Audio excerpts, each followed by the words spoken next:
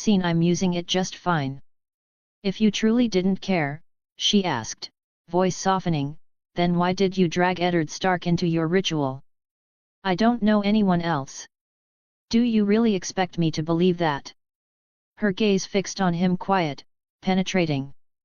The common folk will never understand your true intentions. They see your methods, and to them you are a devil from the abyss. By involving the Warden of the North, the highest authority in the region, you forged yourself a protective charm. Am I wrong? Charles blinked, then smirked. You old auntie, your imagination never stops running wild.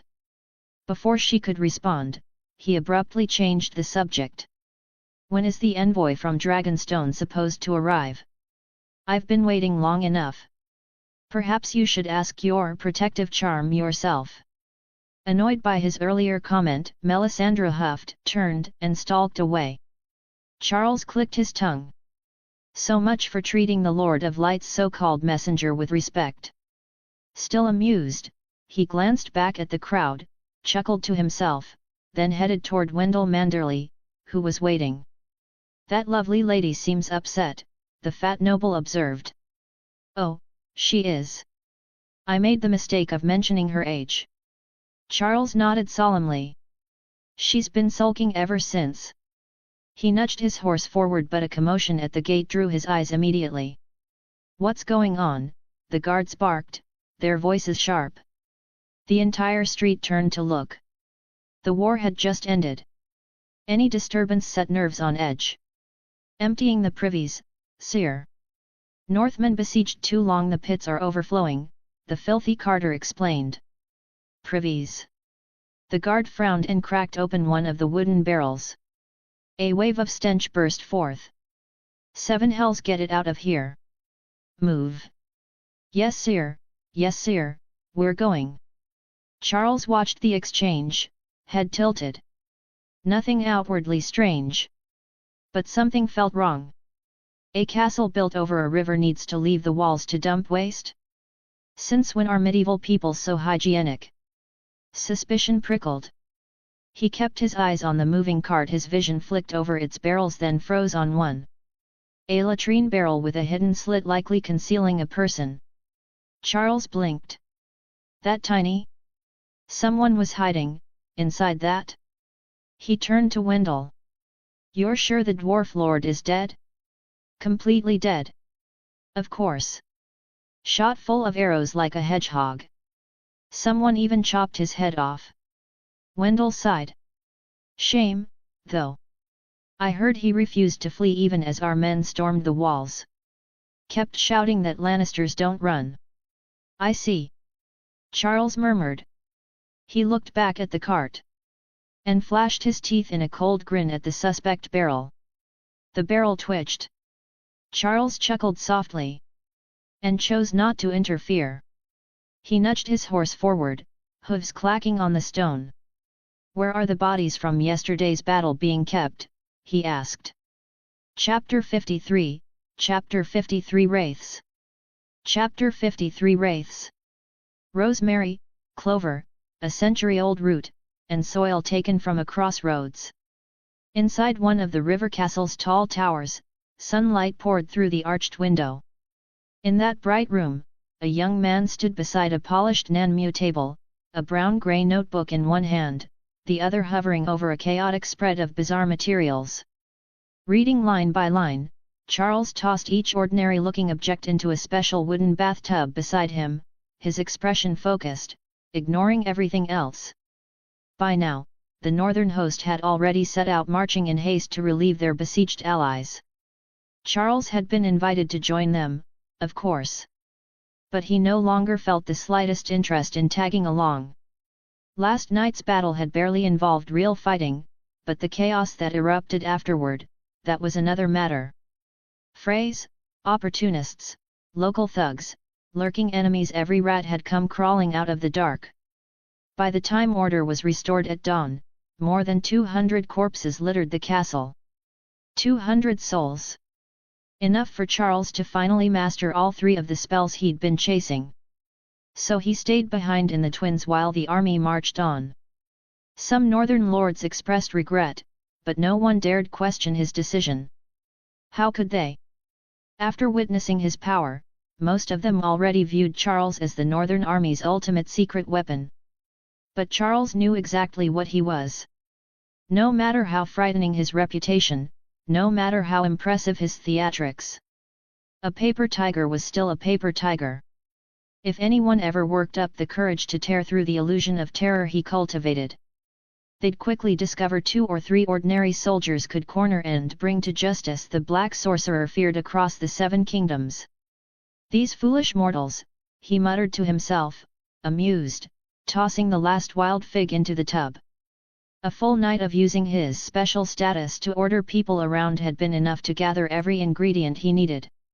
The once clear bath water in the tub now resembled a pot of thick stew. Herbs, bones, roots, mud, fruits, everything floated in murky layers of shifting color, slowly turning the water a cloudy, sickly gray. Here and there, a pale bone surfaced with a faint bubbling glorp before sinking again. At first glance, the mixture looked like a witch's toxic broth. It didn't smell any better. Charles leaned in, sniffed, and recoiled at once. How stupid do you have to be to bathe in this sludge? Despite the disgust twisting his face, his hands never stopped. He stirred the mixture with a ladle until it blended into an even thicker ooze. Then he pulled out a stack of papers already covered in runic script. Taking a deep breath, he held the stack over the tub and began chanting. Invisible fire ignited along the edges. Flames spread rapidly, yet instead of ash, black symbols peeled off the pages like droplets of ink, falling into the water one by one. A moment later, the symbols resurfaced, swirling like dark tadpoles beneath the surface. As the runes detached, the murky broth slowly cleared as though being filtered from within.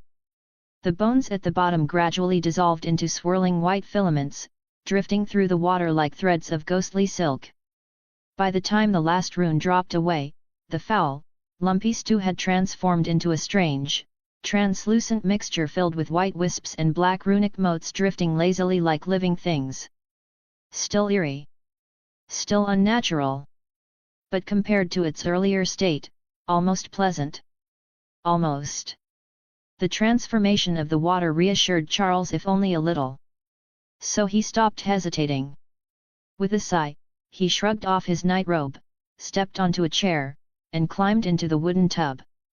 Heat slammed into him instantly. Moments earlier the water had been icy cold, now it scalded like boiling oil. Fire licked across every inch of his skin. Charles hissed sharply through his teeth, though having endured this once before his expression held more resignation than shock.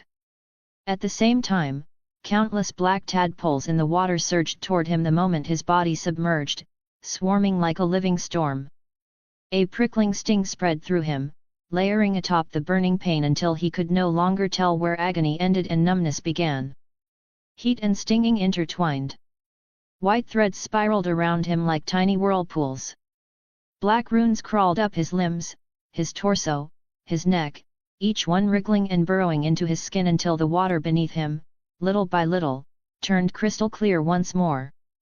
When it was over, the tub looked as though it had been filled with fresh water.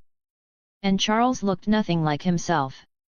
Every inch of his skin was covered in writhing, glossy black symbols thick as swarming tadpoles and just as alive.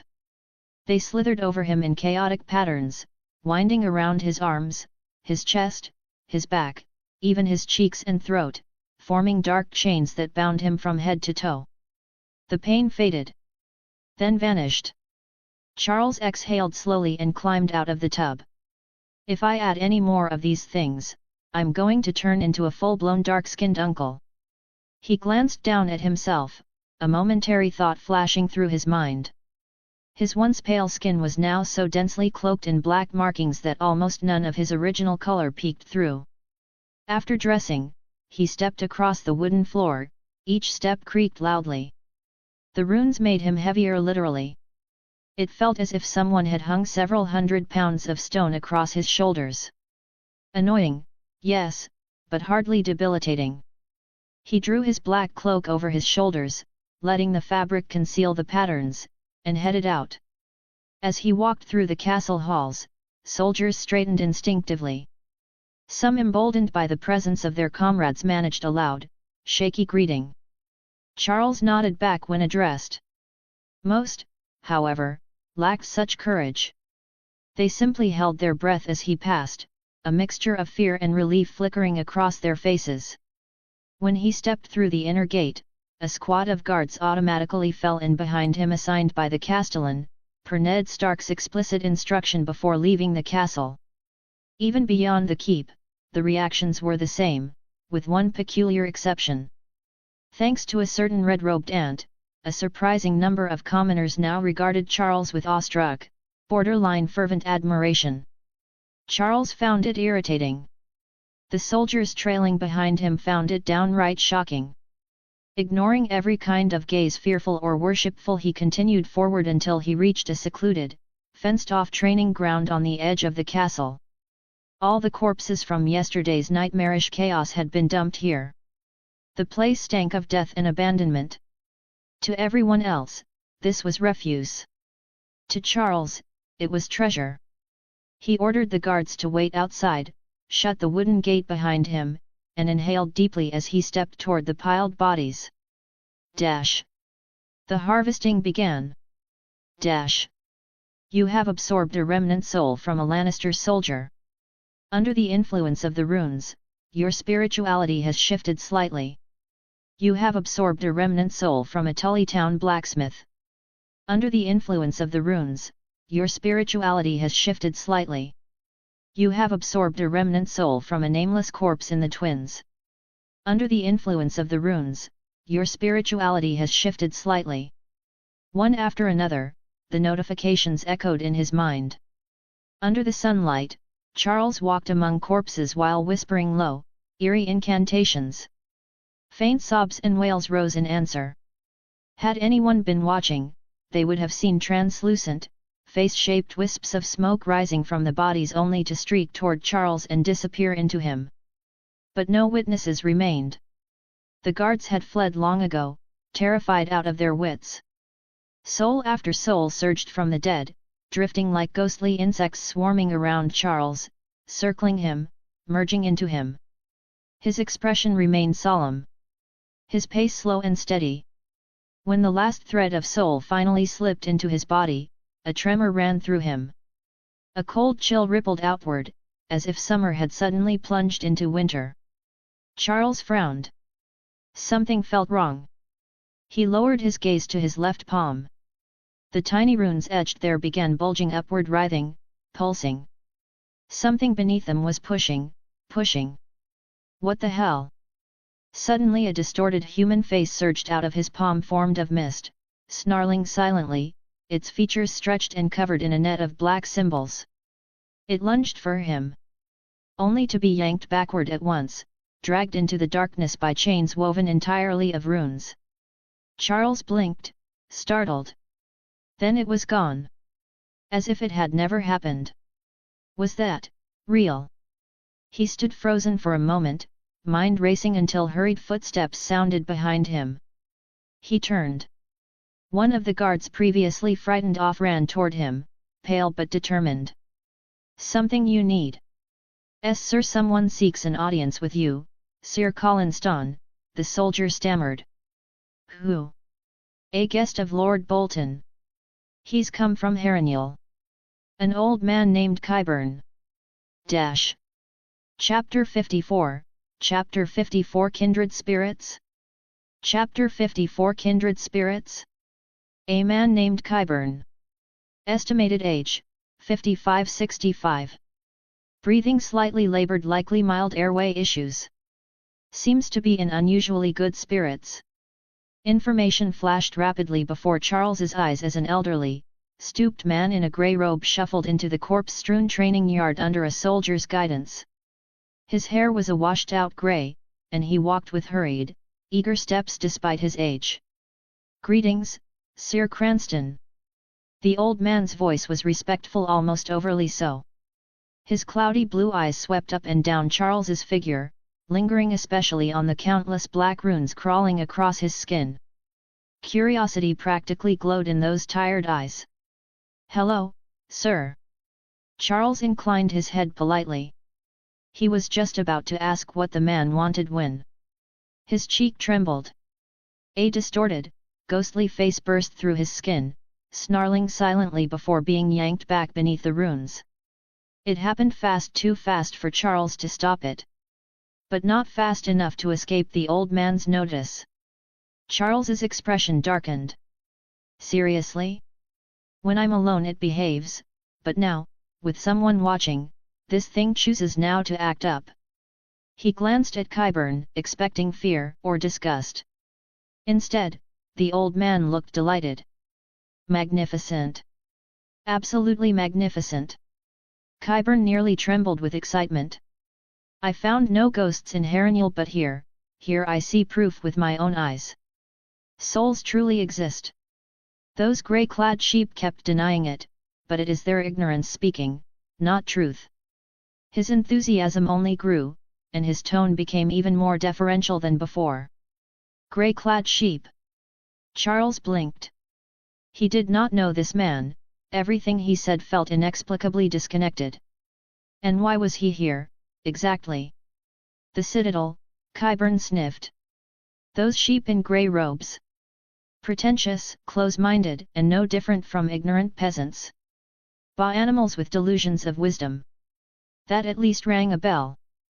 The citadel, Westeros's supposed center of knowledge, in Old Town. Charles knew of it, though he had no dealings with them. He coughed lightly, glancing from the corpse piles to the excitable old man. So, you were looking for me? Yes. Yes indeed. The arrogance in Qyburn's voice vanished instantly, replaced by nervous eagerness. I heard of your feats while in Hellblazer, Sir Cranston, and I have long wished for this opportunity. He wrung his hands, nearly stammering. Might I? I beg your indulgence, might I witness your magic? Just a glimpse. Please don't misunderstand, I do not ask for secrets, only the honor of seeing it once. Just once. That alone would fulfill my life's greatest ambition. He looked so anxious, like a trembling grandfather hoping not to scare away a child, that Charles almost pitied him. But he shook his head. Magic is for killing, not for performances. Yes, I understand. My request is presumptuous, the old man murmured, bowing his head. But I hope you can forgive the impatience of an old man whose lifelong dream is almost within reach. He hesitated, then seemed to make a decision. In exchange, I offer you my knowledge. No, I dare not ask for yours in return. Just allow me to see one spell. In return, I will give you this. He quickly reached under his robe and pulled out a thick, worn leather-bound book. His hands lingered on it with almost paternal reluctance before he pressed it into Charles's hands. This book contains the fruits of my research. I, like you, am a student of the darker arts. This is the most precious possession I own. Please, examine it. Charles accepted it with raised brows. He flipped through. Strange symbols. Hand-drawn diagrams. Ritual illustrations. Runes in fluid, ancient handwriting. A system of magic one native to this world. Immediately, a notification flashed. A tome containing ancient, indigenous arcane knowledge. Extremely old. Extremely rare. Charles closed the book and looked up. And you're not afraid I'll keep this and give nothing in return? His tone was respectful. Qyburn was an elderly man, after all. Qyburn chuckled softly. It is said that casting spells for you is as effortless as eating or drinking. I doubt such a formidable mage would trouble himself tricking an old man. He leaned closer, voice filled with fervor. Besides, I want this knowledge to flourish in your hands. Let the grey sheep gasp when they learn the true power of that which they dismissed. His wrinkled face twisted with old resentment. He really hates those citadel folks, Charles thought. But he wasn't interested in digging into an old man's past grievances. He had already gotten what he wanted. Charles flipped through the book again, then nodded. Very well. A deal's a deal. What do you want to see? I heard that in the Red Keep you once summoned the spirits of the dead to serve you. I wish to witness such a marvel. That's simple enough, Charles said. But you'll have to prepare the corpse yourself.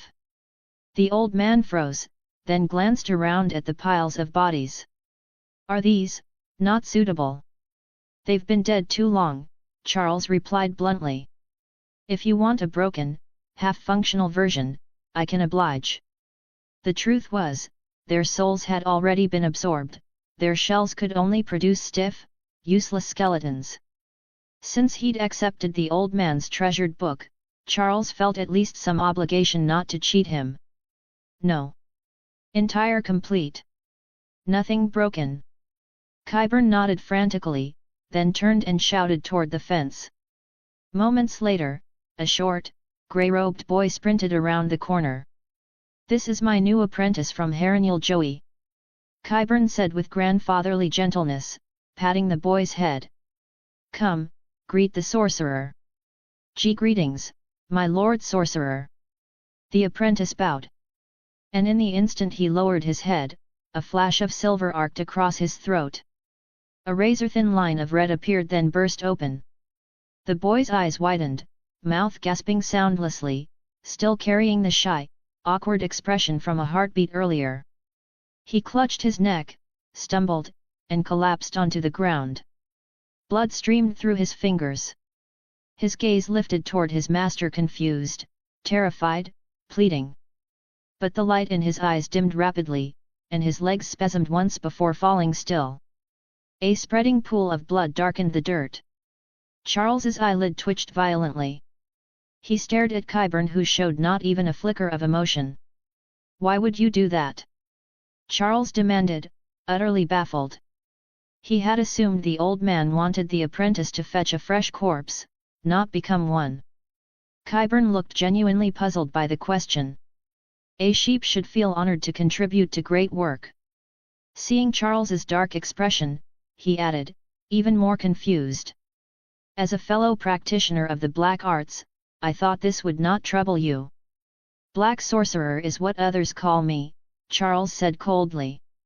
Disgust stirred in his chest until the corner of his vision caught the corpses around them. Blue-purple skin. Twisted limbs. Silent accusations.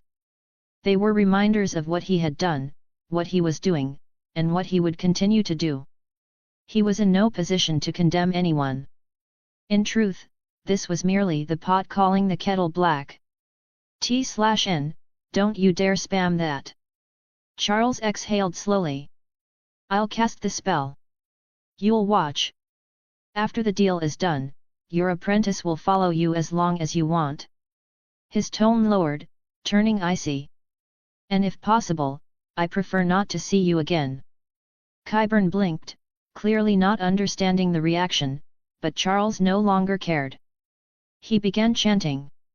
Low, guttural syllables filled the air thick with mystery and malice. Qyburn instantly forgot everything else. He leaned forward, ears straining, eyes glued to the fresh corpse. Moments later, the apprentice's chest bulged. Then his stomach. His thighs.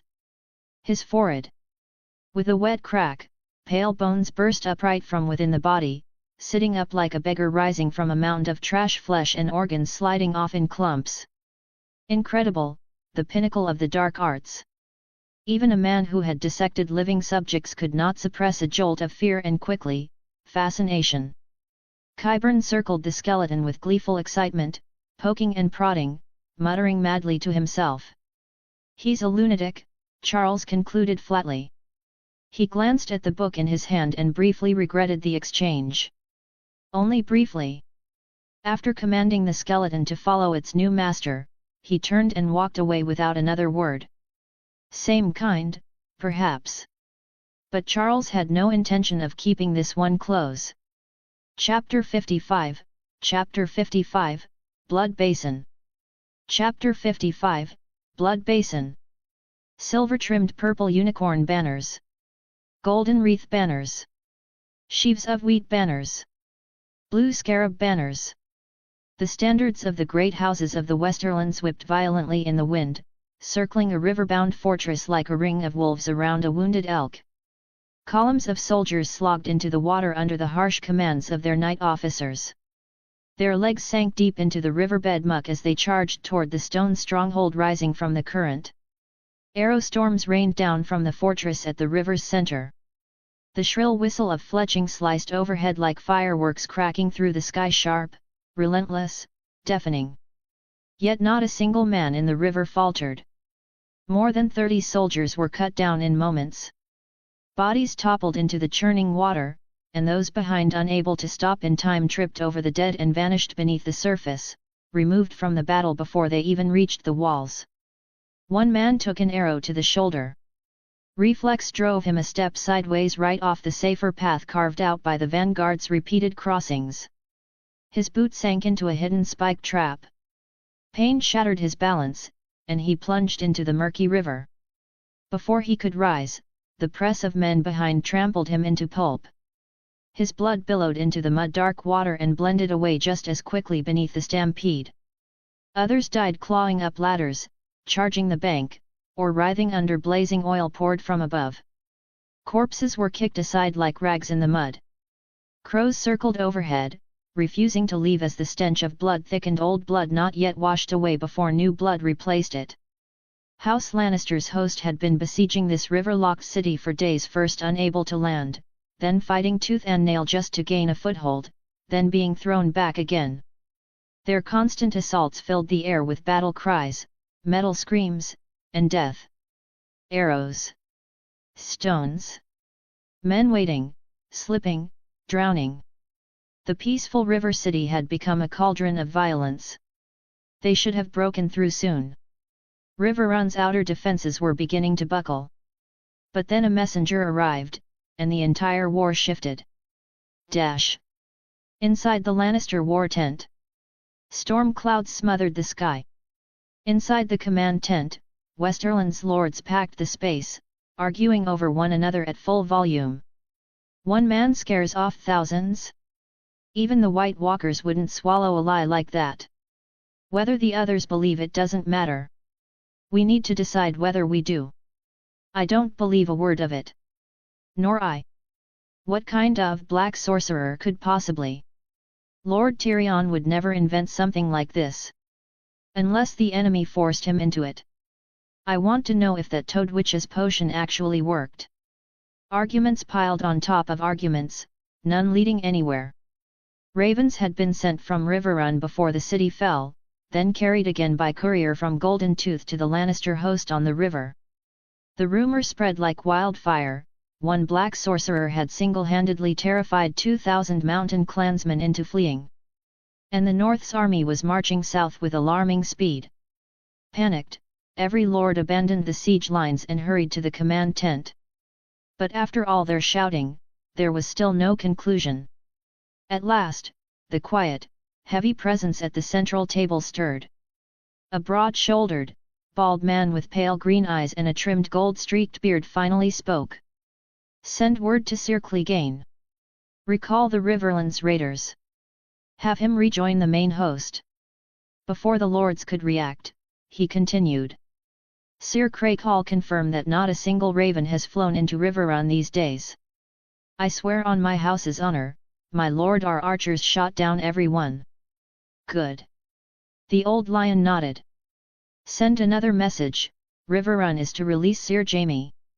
Do that, and we withdraw at once. Withdraw. Silence crushed the tent. The lords stared at one another. Confused. Bewildered. Even if the rumor was true. Even if the North's army was close. It was barely over 10,000 men. Enough to complicate things, yes, but not enough to force a full retreat, not when Riverrun was on the verge of falling. One more push and...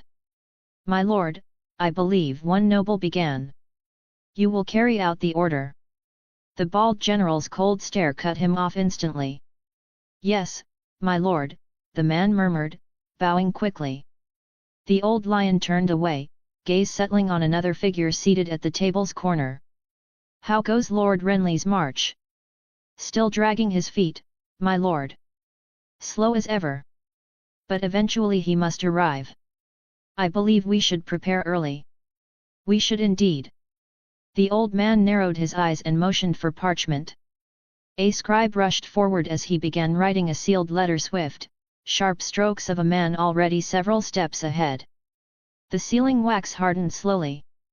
As the red lacquer cooled, a flicker of hesitation crossed the old lord's bearded face, so brief it almost wasn't there. Then it vanished, replaced once more by that rigid, impenetrable solemnity as he handed the letter to his attendant. Ride to King's Landing. Deliver this to the Queen. You will place it in her hands personally. Yes, my lord. The man bowed, tucked the letter under his cloak, and hurried out of the tent. The old lord watched him go. Almost absent-mindedly, his fingers brushed the silver ring on his hand.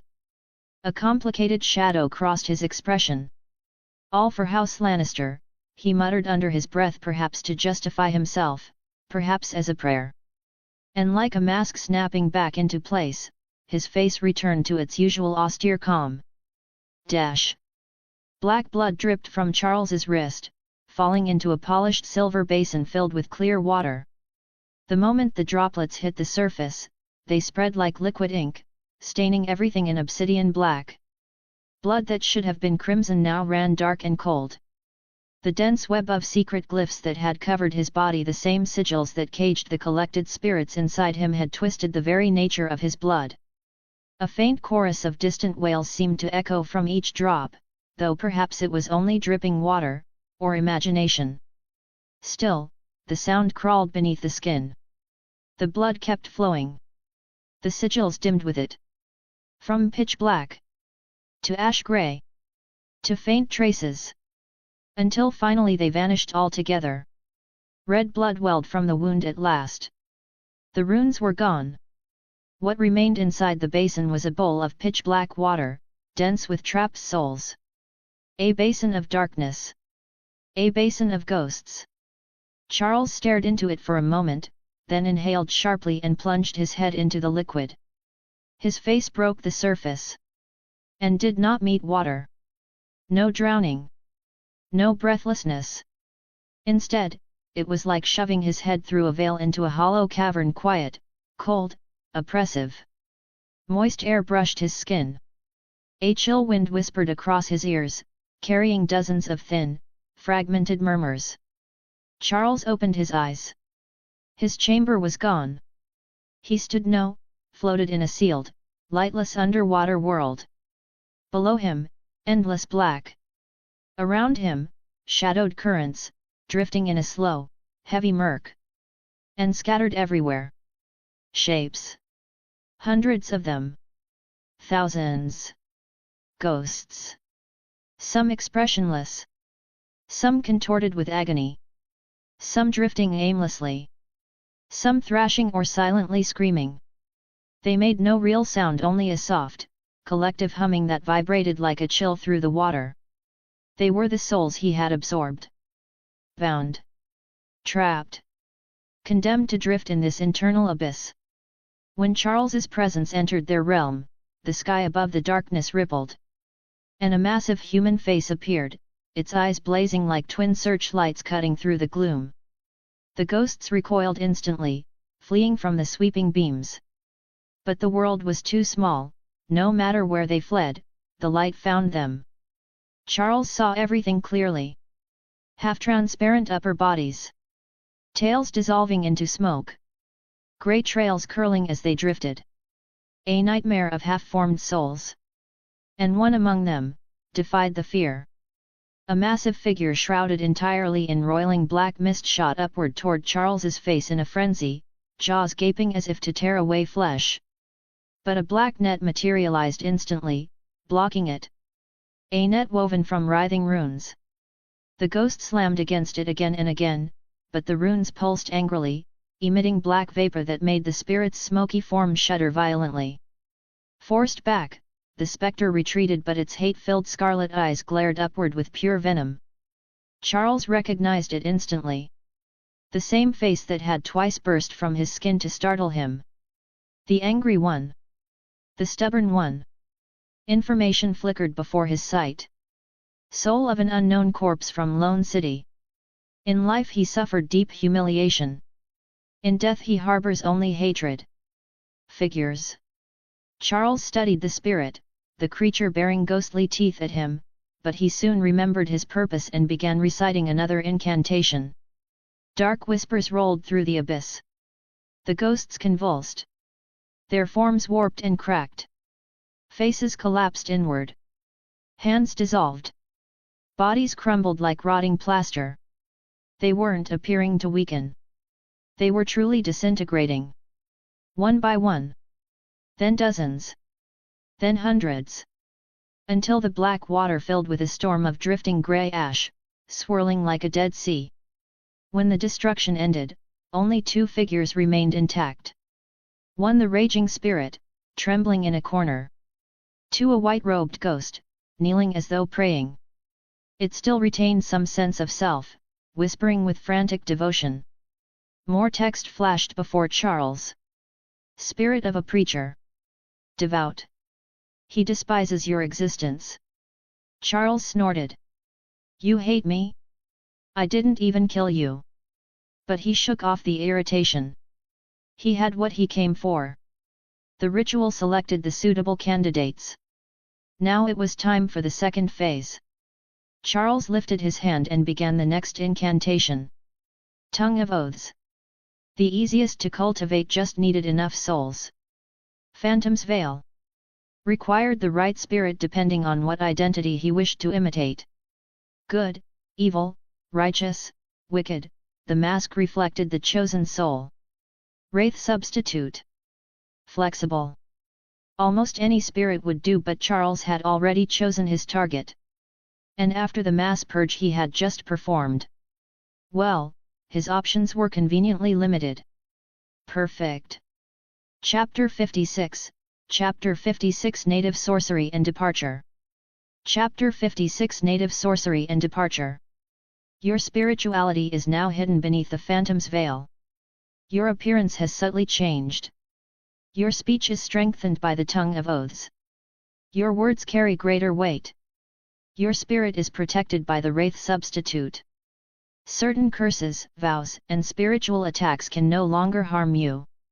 3 streaks of pale grey shot into the spotlight of his inner vision, vanishing into the depths of his eyes. The notifications faded one after another.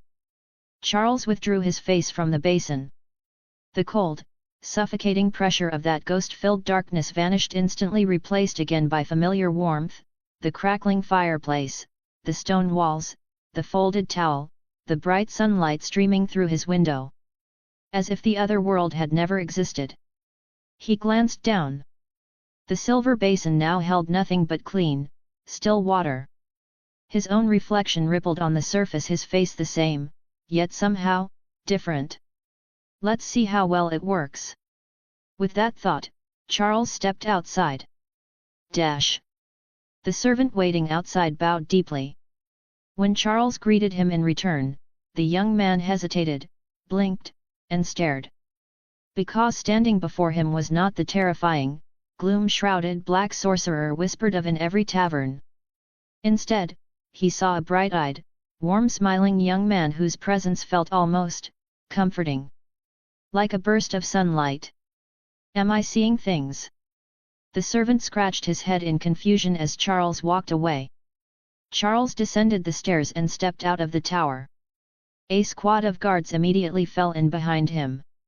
And just like the servant, they froze. The oppressive, suffocating aura they associated with the infamous sorcerer was gone, utterly gone. In its place was a gentle, almost clergy-like calm. He looked approachable. Kind, even. And when he greeted a passing soldier with a warm nod, the soldier nearly forgot to breathe. The city folk reacted the same way. Yesterday, most would scatter like frightened chickens at the mere sight of him unless they were already converted by the Red Priestess. But today, people only stepped aside respectfully, and stayed watching. Lord Cranston, do you worship the Seven as well? One guard finally gathered the courage to ask. Of course not, Charles answered softly, smiling. I worship the Lord of Thorns. The guards exchanged confused looks. Lord of, what? But hearing that the black sorcerer actually had a god he respected, their fear melted a little. Their shoulders eased. Some even smiled awkwardly. Lone City was small, and the main street gave a clear view of the Red Priestess. Just as Charles expected, she was surrounded by an even larger crowd than the day before, twice as many, at least. Good day, Your Excellency. A young man with rolled-up sleeves, a blacksmith's apprentice from the look of his hands, approached Charles first. He had forgotten, in his fascination with Melissandra's sermon, what sort of man he was walking toward. When Charles looked at him, the apprentice flinched. Then Charles smiled. A simple, gentle smile. Sincere. Almost fatherly. May the gods grant you a long life, my lord, the apprentice stammered, relieved beyond reason. Thank you. Charles nodded, then turned to the Red Priestess. Melisandre had already noticed him. She stepped away from the crowd, her gaze studying his face, her expression momentarily dazed. You look like Thuras of Myr, she murmured, voice soft, almost wistful. The same warmth. The same love for the world. Her hand rose toward his cheek in an unconscious gesture. Charles tilted his head aside. I've always been a good person, he said dryly. So? What do you see? You're smiling, she whispered, but your heart is troubled. Before he could dodge, her hand brushed his cheek, light, warm, perceptive. She paused. Doubt flickered across her eyes. You feel guilty. Guilty my ass. Charles slapped her hand away, rolling his eyes. What are you doing? Are you blind? Use your eyes, woman. You. Melissandra's dazed expression faded. She studied him closely, too closely, her crimson eyes narrowing with a mixture of disbelief and suspicion. What did you do? Maybe it's because I just finished reading the Seven-Pointed Star. The Seven-Pointed Star was the holy scripture of the faith of the Seven, divided into 7 parts, each representing one facet of their seven-faced god. Most noble houses in Westeros worshipped the Seven, so the holy book had naturally spread to every corner of the realm. Even a place like Lone City would have copies lying around. Hearing Charles mention it, Melisandre relaxed. Then immediately grew annoyed. She launched into a subtle rant, disparaging the Seven and promoting the doctrines of her own red god. Her tone made it obvious that she held the Seven-Pointed Star in contempt. Of course, Charles hadn't even seen the cover of the book, let alone read it. But his transformation was, in a way, connected to the faith. Because the spirit he had used as a catalyst for his masking ritual had been a devout septon of the Seven. Using the ritual to filter out the right soul, shaping it with spells and crushed spiritual essence, he had forged a ghost mask that didn't just soften the aura of a terrifying death wizard. It magnified every gentle, saintly trait the septon possessed. In Charles's body, those soft traits were exaggerated to the extreme. And the effect was remarkable. Even though everyone else seemed to temporarily forget his true identity, Charles did not. Once back in his room, he returned to his black magic studies. Aside from whispers of the dead and evil eye of malice, he had already mastered every spell in his notebook. The last 2 shouldn't take long either. So now his attention was on the book Qyburn had given him. The blood-scented, well-worn tome filled with ancient spells. Unfortunately, the deeper he read, the more he realized. This was an entirely different magical system from the one he practiced. For one, the incantations were bizarre strings of guttural syllables and strange mouth positions. Nothing like his own method, which used spirituality to channel spells through intention.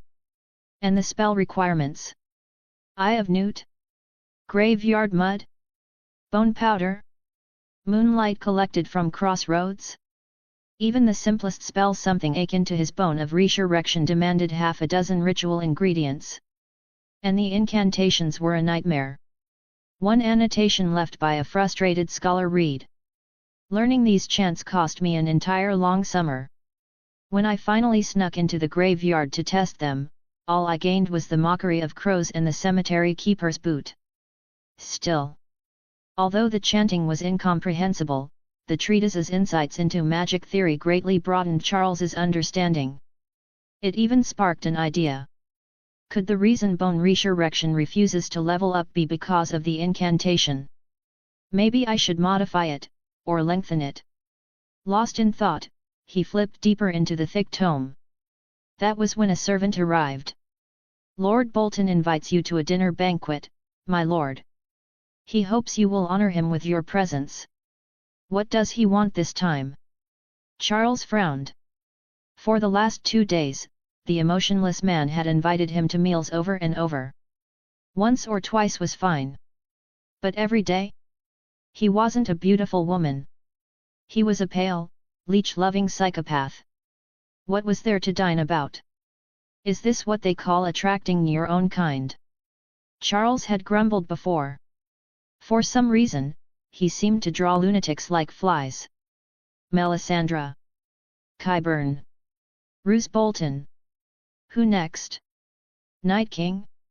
"Lord Bolton says this banquet is different from before," the servant replied, unaware of Charles's drifting attention. "What's different?" "It is a farewell banquet." "Farewell." Charles closed the book.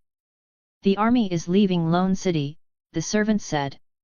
"Lord Bolton has decided to march south to Harrenhal." Chapter 57, Chapter 57, Forced March and Sudden Illness. Chapter 57, Forced March and Sudden Illness. Thousands of soldiers streamed out of the castle in a long, snaking column, following the bend of the Trident's forked river as the army began its slow march south. Charles rode a brown-black dappled horse beside Roose Bolton, half listening to the man's cold, precise voice while idly taking in the wilderness around them. When the Northern Army arrived, Bolton said, "The Lannisters wisely withdrew. Lord Stark is now helping House Tully restore order in Riverrun. He knows you're planning to take Harrenhal." Charles asked. "I sent a raven. But his grace won't know immediately. Still, opportunity is fleeting. We must strike before the enemy receives reinforcements." Charles wasn't an expert in military strategy. So he simply listened quietly. Bolton continued, voice flat as always. "I intend to stage a feigned assault, have our men pretend to be routed. The bloody mummers will smuggle them inside. Then inside and out we take the fortress." The army marched farther and farther. Lone City shrank into a black dot behind them. They rested for the night in a small castle called Sigurd, left at dawn, and the journey resumed. For 3 straight days, Charles spent nearly every waking hour on horseback. They passed Cragstone, then the Maiden Market, and were preparing to cross the Blue Fork when a dust-covered rider caught up with them at a gallop. He bore the banner of House Frey, so Bolton met him personally. "Trouble in Lone City?" Bolton asked. "No, my lord," the messenger panted. "It's Lord Stark." "What urgent business?" "His Grace orders you to march your forces to King's Landing with all haste." Roose Bolton's expression twitched barely, but it twitched. "King's Landing has no army left, true, but those 6,000 gold cloaks are not something my numbers can simply overwhelm. And storming a capital is not." "No, my lord," the messenger interrupted. "King Stannis has already taken King's Landing. Lord Stark commands you to rendezvous with him there." So after withdrawing from Riverrun, the Lannisters abandoned the capital as well? Even Bolton's perpetually emotionless face flickered with surprise. Then his brows slowly drew together. "The Lannisters are truly generous." "What do you mean?" Charles asked. "Renly Baratheon is steadily advancing on King's Landing. If we take the capital now, we'll have to face him head-on. Meanwhile that old lion sits aside and watches." Bolton gave a humorless laugh. And though we know it's a ploy, we can't refuse. Why not? Because abandoning King's Landing is the same as abandoning the Iron Throne. Renly won't give it up. And His Grace, meaning Stannis, will not relinquish his claim either. Few men understand that only a drawn sword gives legitimacy. Without force, titles are nothing. He turned his horse Charles Ply. Pass the word, abandon the Harrenhal route. The new target is King's Landing. Yes, my lord. The herald spurred forward, relaying the order down the line. Lord Bolton commands abandon the Harrenhal route. March on King's Landing. Lord Bolton commands King's Landing. King's Landing. The army shifted formation, pivoting south, and the pace accelerated. For the Westerosi soldiers, the situation was urgent and clear. For Charles, none of it mattered much. He had only one problem. His ass was dying. Long-distance horseback travel, even for someone whose original body had once been a fine rider, was torture over time. Every evening, after dismounting to make camp, Charles would rub his numb, bruised backside with tears in his eyes, praying for mercy. But to maintain the dignity of a feared black sorcerer, he had to do it secretly, turning his nightly ritual into a shameful, furtive massage in the shadows. On the outside, mysterious, terrifying, awe-inspiring. On the inside, a man whose ass was declaring mutiny. They passed Riverrun freshly liberated, where they were welcomed with cheers. Beyond that, the Riverlands stretched in chaos, once fertile, now charred and barren. The Riverlands are paying for Tito's Blackfire's favor, Bolton remarked coldly while surveying a burned village. Tywin ordered Gregor Clegane to ravage these lands, to bleed the Tullus of strength and morale. From the results, Clegane did his work well. That night, they camped among the ashes. The march dragged on. Not every day held a town. Sometimes there was an inn, sometimes a ruin, sometimes only open field.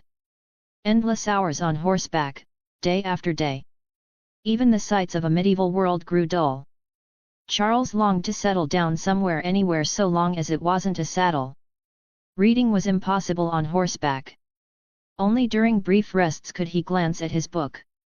Still, he complained little. The promise of dragon bone and dragon glass in King's Landing was enough to keep him motivated. But his backside continued its rebellion, lodging a painful protest every time he sat. He prayed each night that the journey would end soon. And as their remaining travel time dwindled, he took comfort in one thing. They had at least covered more than half the distance. Arcavia. Doolan Kingdom. Pita City. Privet Street. The quiet suburban house felt almost too peaceful. The moment Charles returned, he collapsed face first onto the velvet bed without even bothering to change his clothes, and fell asleep instantly. The same happened on the second day. And the third. And the fourth. He hid at home, switching between sleep and treating his injuries. Days of non-stop riding in the other world had wrung him dry. He had no desire to jump back into a song of ice and fire just to continue another endless journey on horseback. Anyway, time keeps accumulating even if I don't log in. It won't be wasted. He comforted himself with that thought, but every time he remembered he would eventually have to return, he felt the early pangs of a headache, which only made him cherish his current, peaceful life all the more. Reading, resting, pondering spells, with servants tending to him, Charles enjoyed several days of pure, luxurious ease, clothes delivered to hand, meals appearing before him like magic. But tranquility never lasts long. Just a few days later, disaster struck this cozy little home.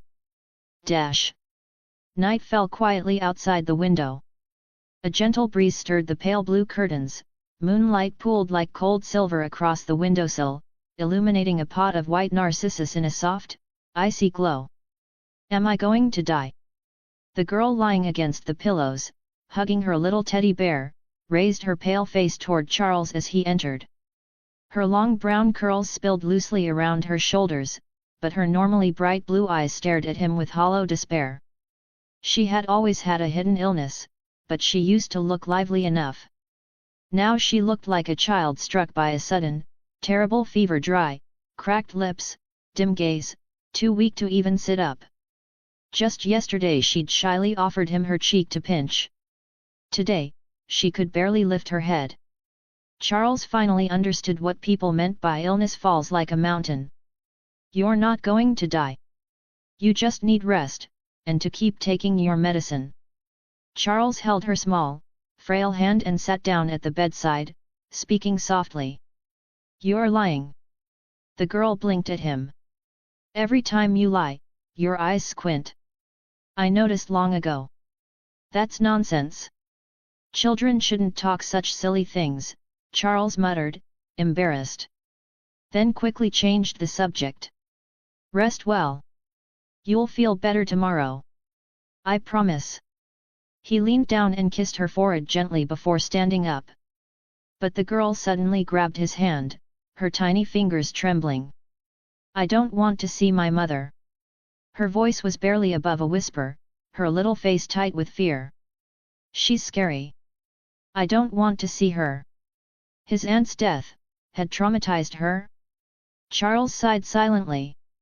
He soothed her with a few more soft words, and only after she closed her eyes did he leave the bedroom. Nobody wants to die. Not even a child. But when the moment truly comes, who can escape it? Charles's thoughts tangled gloomily. Despite having known her for only a short time, she was the first real, living person he met after arriving in this world, the only one he could genuinely call family. Her lonely, tragic situation stirred his sympathy and a strange sense of shared fate. And now this only family member was slipping away? Is there really no other way? Leaving the bedroom, Charles turned to Dr. Domo. The elderly physician had been tending the girl since the beginning. No one knew her condition better. No, the white-haired doctor sighed. I still haven't found the cause of her illness. All I can do is lessen her pain. Charles fell silent. It wasn't some grand, profound bond between them, they hadn't known each other long. But watching her die helplessly? He couldn't accept it. That aunt, the one she never met. Didn't she try to find a cure? After sending Dr. Domo away, Charles found his thoughts drifting to the dark castle in Kenyon Town. Not the castle itself, the underground room in its side hall. Last time he'd been there, he had rushed out without searching carefully. At the time he didn't think there was anything worth finding besides the family token. But now, what other choice did he have? Dr. Domo had once worked for the Royal Medical Association of Doolan. He was no miracle worker, but he was seasoned and knowledgeable. If he couldn't diagnose it at all, it could only mean one thing. Her illness was no ordinary disease. Either it was an incurable affliction beyond this era's understanding, or something tied to a supernatural force. Should I risk going? The thought flashed and Charles immediately crushed it. Facing a known danger could be bravery. Facing unknown powers, unknown entities. That would just be plain stupidity. But he didn't drop the idea entirely. If that castle truly hid something abnormal, if that whispering darkness was calling to him, then he didn't need to take the risk himself. He could simply report it to the church. Let them deal with it. He doubted that ominous place held anything worth keeping secret anyway. The only reason he never told anyone before, was because he'd been too lazy to invite trouble onto himself. Chapter 58, Chapter 58 Devoured by Fate. Chapter 58 Devoured by Fate. The basement lay shrouded in stale darkness.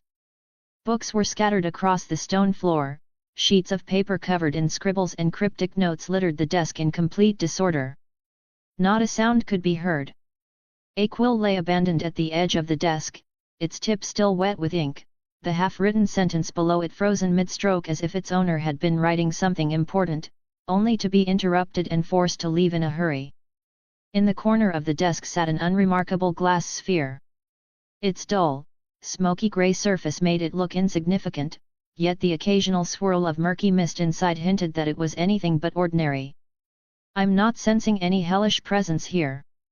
Upstairs is clear. The disturbance last time came from down here. Voices drifted faintly through the door, muffled but recognizable as two young men. As they spoke, the glass sphere suddenly began to roll.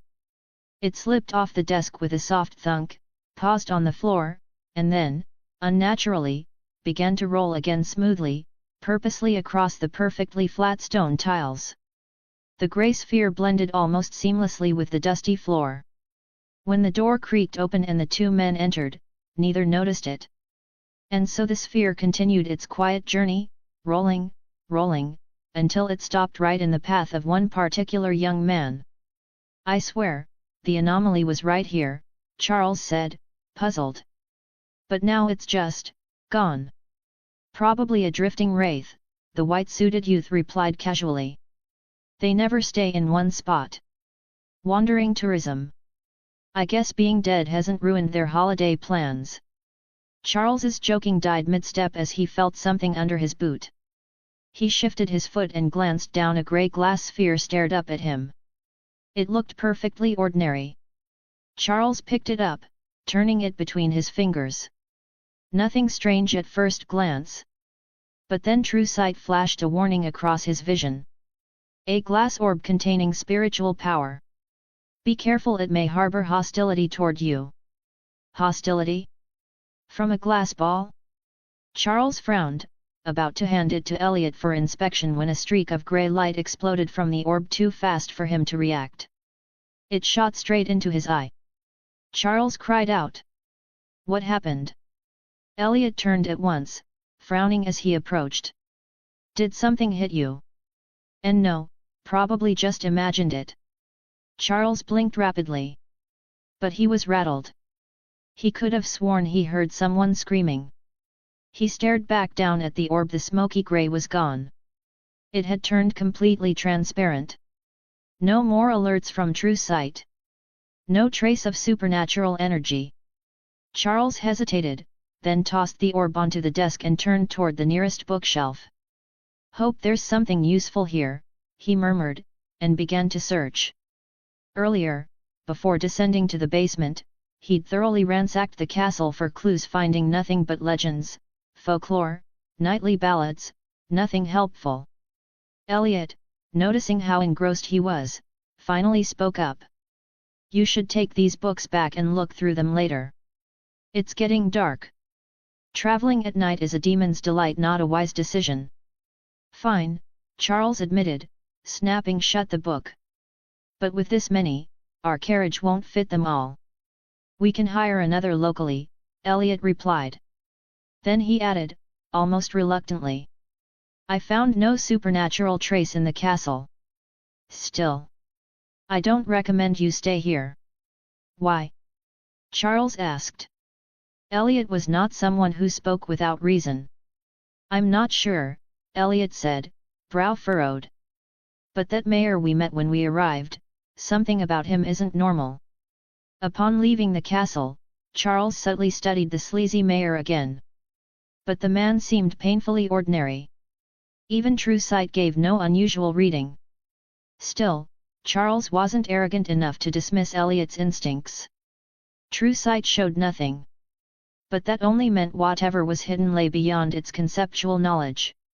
Something too alien, too outside the framework for him to perceive. And that was far more unsettling. A hired carriage soon arrived, and the two of them rushed back to Pita City before the moon rose. Charles thanked Elliot and returned home, then immediately set to work. The basement had yielded stacks of documents and books. No sorting, no cataloging, just piles and piles. Trying to find something specific among them was like searching for a needle in the ocean. He considered hiring help, but none of his servants were literate. The only one who could read, old housekeeper Grace, suffered from presbyopia and could barely make out the text. So he sent her off to rest and tackled the chaos alone. He decided he would hire several scribes the next morning to help sift through it all. Honestly, if it weren't so late, he would have hired them immediately. He read for hours book after book, document after document until his head throbbed and his vision blurred. Eventually, utterly exhausted, he slumped over the desk and fell asleep among the papers. In his dream, Charles seemed to become a girl. Born into a wealthy household, with long jet black hair and beautiful emerald eyes. As a child, she had been a gentle little angel, trailing behind her mother all day long. She never cried, never fussed, and greeted the world with boundless curiosity. As she grew into a young woman, her personality shifted. Rebellion bloomed in her heart. She no longer obeyed her parents' instructions without question, instead, she resisted them at every turn. At a grand social ball, she fell for a young noble. After their first date, she gave him her first time. But afterward, the noble's courteous manners vanished. He became cold, distant. Unwilling to accept it, she chased after him obsessively. Finally, in irritation, he tossed her a notebook. It was filled with black magic. He said that if she mastered the contents, he would be willing to be with her. If I just learn everything in this book, he'll love me again. Yes, just like that.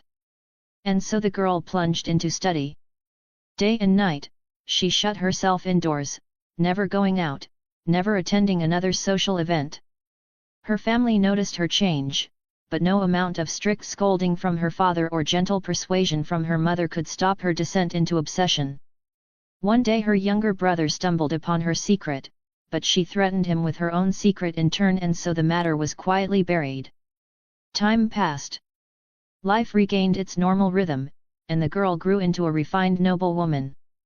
Her days became peaceful, even pleasant. Except for the nagging voices of family and the suffocation of parental control. At last, after her coming-of-age ceremony, she decided to leave. She ignored her parents' protests, ignored her family's longing, and departed. From her homeland of Roane County, she passed bustling Bone County, then the quiet Ginny County, lingered for a while on the border between the Dulan Kingdom and the Shan Empire, and finally arrived in a tiny settlement outside the seaside city of Pita. A place called Canyon Town. There, she became its baroness. Her plan was simple. Master the notebook's black magic, then travel to the capital to find the man she still loved. But one morning, as she walked through town, she unexpectedly saw her white knight again. She thought she was dreaming. But it was real. Their old relationship rekindled instantly. And for years afterward, he visited her regularly. Little by little, her desire to return to the capital faded. Even when her father sent urgent letters. Even when her mother fell ill and died. She never returned home. Was it resistance? Or fear? She didn't know. She only knew she obeyed everything her lover requested of her. Through him, she adopted a brown-haired little girl named Annie. She adored the child, perhaps because Annie reminded her of her younger self. But the way her lover looked at the girl filled her with unbearable jealousy. Soon she came to loathe the girl entirely. Time passed. She was no longer the radiant maiden she once was. Her once smooth skin grew dry, her once proud chest sagged with age. Her bright green eyes dimmed. Eye bags formed. Her face grew gaunt. Years of dealing with dark powers altered her very appearance. She ended up looking like a shriveled, sharp-eyed ghost of a woman. And it made her hate her adopted daughter even more. Look at that girl. Fresh, bright, full of life. Of course he would like her. So, she finally made her decision. She would take the girl's body for herself. Her target was clear. But the ritual failed. The girl was special. Not only did the possession not succeed, she herself was unable to return to her original body. She watched her corpse being carried away, dressed, made up, then buried. Watched it rot. Watched worms crawl through it. But even that wasn't the worst part. The longer she remained in this ghost state, the more memories and emotions she lost. Day by day, she felt herself unraveling. She better than anyone knew what awaited her if this continued. Desperate, she used her knowledge to anchor her existence. She sealed herself inside a specially crafted glass sphere. It prevented her soul from scattering, but did nothing to stop the decay of her mind. She wanted to steal another body, but possessions required elaborate rituals and materials. And in her current state, she couldn't perform them. Nor could she ask anyone for help, the rules forbade it. Just when despair seemed absolute, her family unexpectedly sent her a young man of her own bloodline. Under certain special conditions, blood ties could bypass ritual limitations. She was ecstatic. Even if he was male, she would simply endure. Survival was all that mattered. But she never imagined the glass sphere she depended on would also chain her down, locking her inside, preventing her from acting freely. So she gave her last remaining servant instructions. Deliver her old black magic notebook to her dear nephew. Give him power. Give him courage. Draw him closer. And closer. He would come. She was certain of it. And indeed, he came.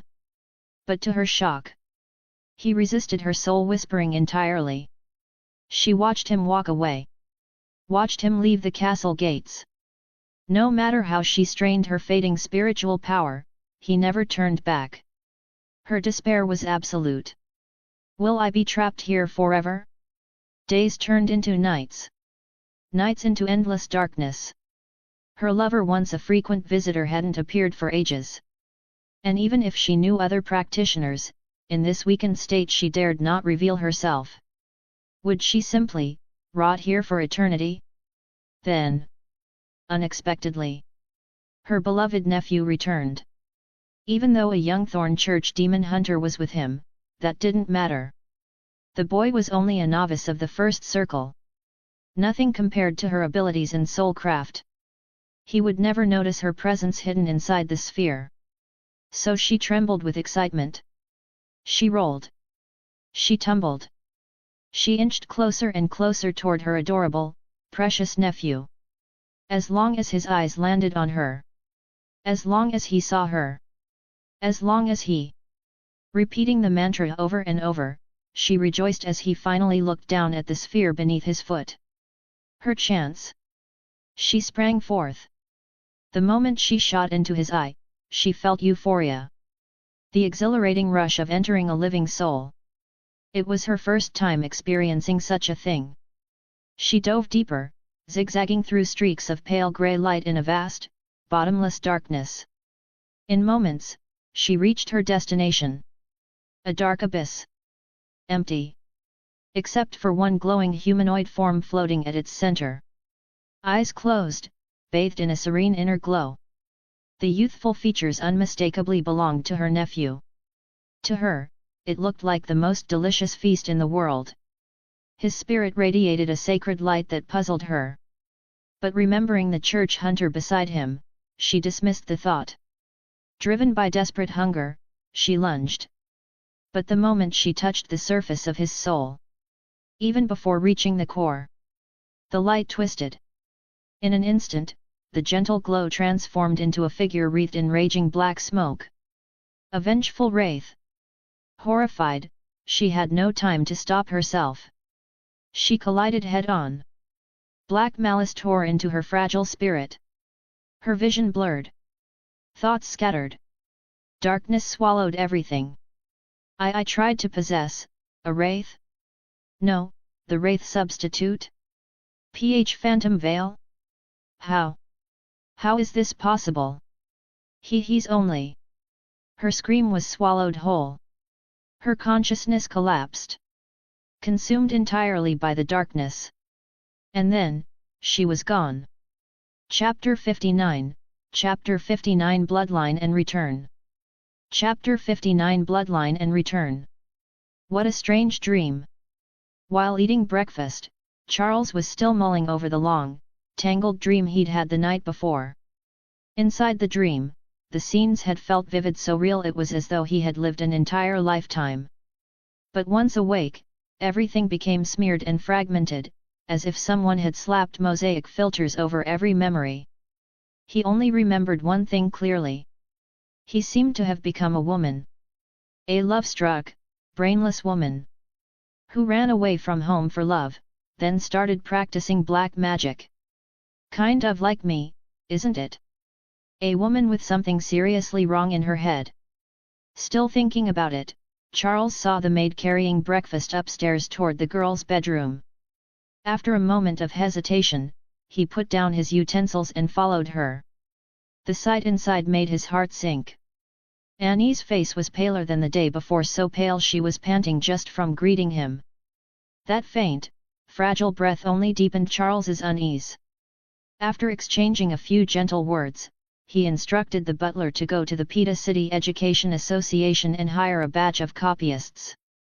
Then he returned to the study and resumed his search. The Book of Ravia, Cottage on the Lake, Full Moon on the 42nd Day, Whispers of the Fae. So many occult books, yet none held anything useful, only bizarre legends and gossip. The scattered journals were even worse, sentimental poems, complaints about the weather, records of meals. Nothing meaningful. The esoteric books were interesting, but completely unhelpful for Annie's situation. Fortunately, his housekeeper was sharp and efficient. Within half an hour, more than 10 copyists arrived and immediately began combing through the stacks. With so many hands, they finished reading everything by that afternoon. But the results were pitifully thin. Only one copyist found something, a clue in a book titled Origins of the Coil People. Gondora's Blood Curse. Charles frowned, staring at the passage that had been heavily underlined in ink. So this means Annie was cursed by an evil god? Or she's somehow tied to a cult? Gondora, according to Coil folklore, was a demonic deity, a giant bull with devilish horns that fed exclusively on human children. That was the extent of his knowledge. He did recall the term bloodline curse. When he first took over this body, the original owner had been told about it. Which was why he had grown to resent Annie. Charles himself had ignored it, until the girl's health began to drastically decline. He had even consulted Brother Worship of the church. But the answer was frustrating. This kind of bloodline curse can only be undone by locating its origin and the ritual of release. Trying to purge it with divine power will kill the girl. The curse has long fused with her.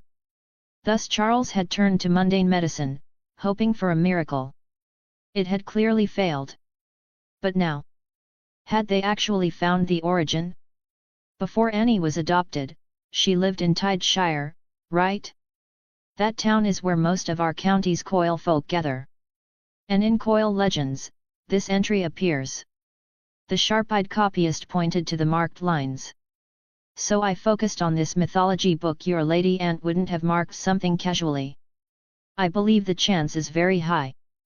Assuming, another copyist added with a shrug, you're absolutely sure about these kinds of matters. They were ordinary men. They didn't understand spellcasters or the supernatural at all. But Charles had specifically asked them to look for unusual content, so they tried their best. All right. Thank you. All the books had been searched. No other leads existed. Charles would have to work with this clue, however uncertain it was. And yet, even with this discovery, he felt utterly helpless. He dismissed the copyists and, clutching the book, hurried out the door. For now, the church was the only help he had left. A necromancer, relying on the church again and again for help. Sitting inside the carriage, Charles found the thought almost absurd. Since the day he crossed over, the church had helped him more than once. If they ever discovered his true identity, what kind of expression would they make? Purification might be the gentlest option, he muttered to himself with a sigh. No one likes being deceived, especially when the deceiver is weaker, and the two sides are natural enemies. If the truth ever got out, the consequences were obvious. But compared to his current crisis, that problem almost felt trivial. Or perhaps, since everything was already spiraling out of his control, did it even count as a new problem anymore? He stepped off the carriage, crossed the clean stone plaza, and entered the church. Navigating the aisles with practiced familiarity, he found Brother Worshie in prayer and waited quietly for him to finish. When the priest finally rose, Charles succinctly explained his findings. Origins of the Coil people. Worshie looked down at the book in his hands and frowned. Even if you've located the source of the curse, a bloodline curse that hides within one's ancestry is not easily undone. He continued gravely. You must identify where the curse was first enacted, then learn the ritual components and the steps originally used by the caster. Only then can you attempt to break it ritual by ritual. It takes time, and immense power. Without overwhelming strength, the performer risks being devoured by the evil god behind it. Charles's fingers tightened. Who has that level of power? At the very least, Worshie said, not me. And no one in Pita City. Charles fell silent. So, this was essentially a death sentence. But you're in luck. Worshie suddenly smiled at Charles's bleak expression. Bishop Charles is about to be promoted. The church will send someone to oversee the ascension. When that person arrives, I can bring up your request. Note, Bishop Charles was last mentioned in chapter 34. Bishop Charles is getting promoted. Yes. Afterward, he'll leave Little Pita City behind, and St. Cy Cathedral will welcome a new bishop. Worshie added, that envoy the one who comes to oversee the promotion they'll have other duties as well. They might ask you a few questions. Best prepare yourself. What kind of questions? Charles tensed. About your missing notebook. The investigation turned up some rather unpleasant things. Shouldn't affect you, though. The priest gave his arm a reassuring pat. You have potential. No one here will make things difficult for you. We're not like those royal officials who spend all day thinking in circles. His tone sharpened briefly, as if the subject rubbed him the wrong way. All right. If needed, I'll cooperate. Charles could only reply. What else could he say? This damned notebook issue had followed him from the moment he crossed over. It was exhausting, but unavoidable. There was no choice but to keep going. If only I could hide in the Azoth world forever. Charles whispered this as he stepped out of the church, gazing at the white, spotless buildings so pure on the outside, yet filled with hostility toward someone like him. But he knew it was impossible. And even if it were possible, he doubted he could truly abandon this world of mystery. Never mind the rest. Just the power system here was leagues above the one in Azoth. Medieval magic was clumsy, outdated, and barely effective. But Arcavia's power. It was like comparing a diesel engine to a horse-drawn cart, two completely different eras. And besides, the portal needed this world's energy to recharge. Once inside the other world, it only consumed, never replenished. Meaning his cheat had to take root here, constantly absorbing power. Back home, Charles paused at the door of Annie's room. A wave of heaviness washed over him. Once inside his own bedroom, he didn't hesitate. He summoned the portal and stepped through.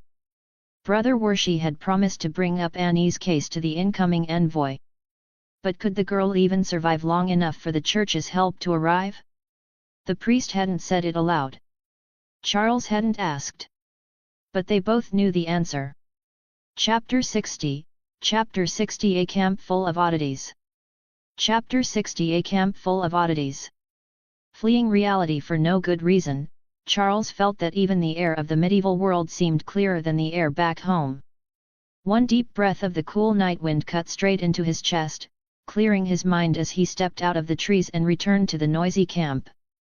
Night had fallen completely. Across the sprawling encampment, torches and campfires blazed to life one after another.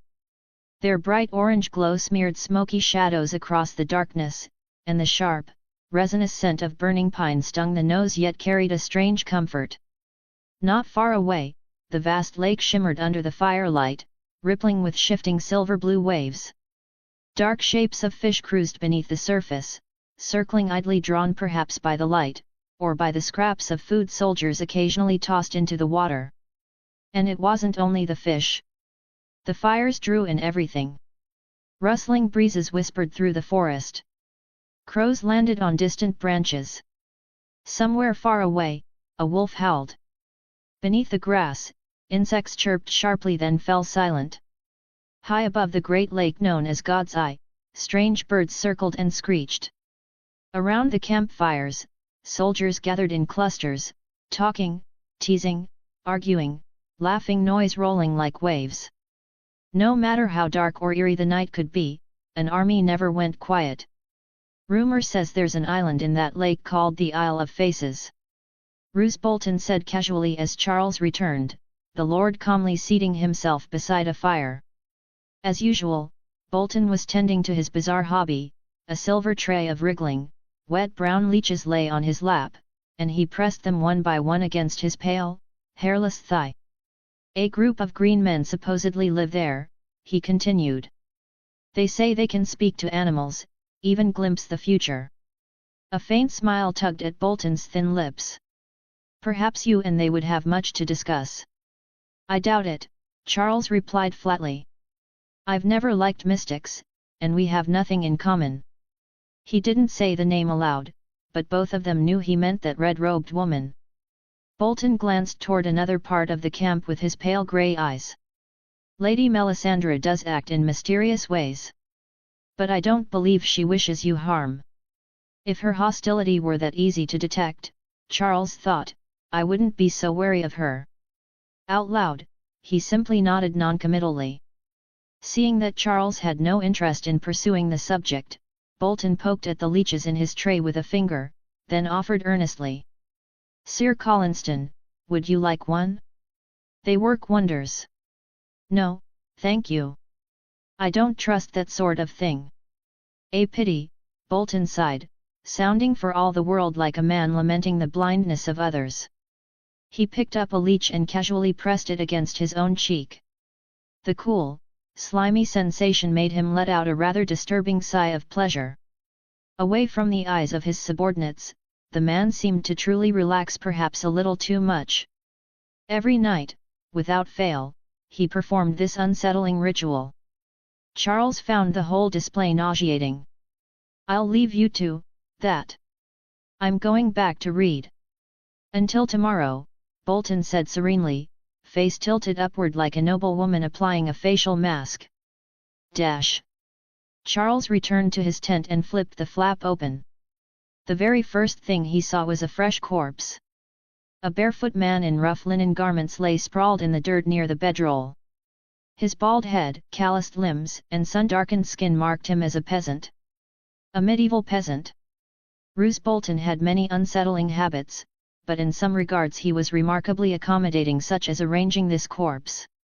Judging by the wound, the man had been stabbed clean through by bandits, perhaps, or someone else entirely. Nothing had been alive when the army passed the ruined lakeside inn earlier, yet many corpses were scattered about, disturbingly fresh. Likely the work of some sellsword, Bolton had said dismissively before ordering the body delivered directly to Charles's tent. Very considerate. Very creepy. And quite possibly cold-blooded. Charles rubbed his forehead, grabbed the skull pendant at his chest, and crouched beside the corpse to begin casting. Just then, something outside the tent caught his peripheral vision. A warped black shadow rippled across the canvas wall, trembling faintly in the firelight, distorted, shapeless, eerie. Anyone else might have jumped out of their skin. Charles just muttered a curse under his breath. He strode out of the tent, intercepting the shadowy figure before it could flee. I've told you 180 times stop spying on me. Why won't you listen? I am leaving. I'm leaving now. Don't mind this useless old man, I'll disappear immediately. The hunched figure bowed repeatedly and began to scurry off.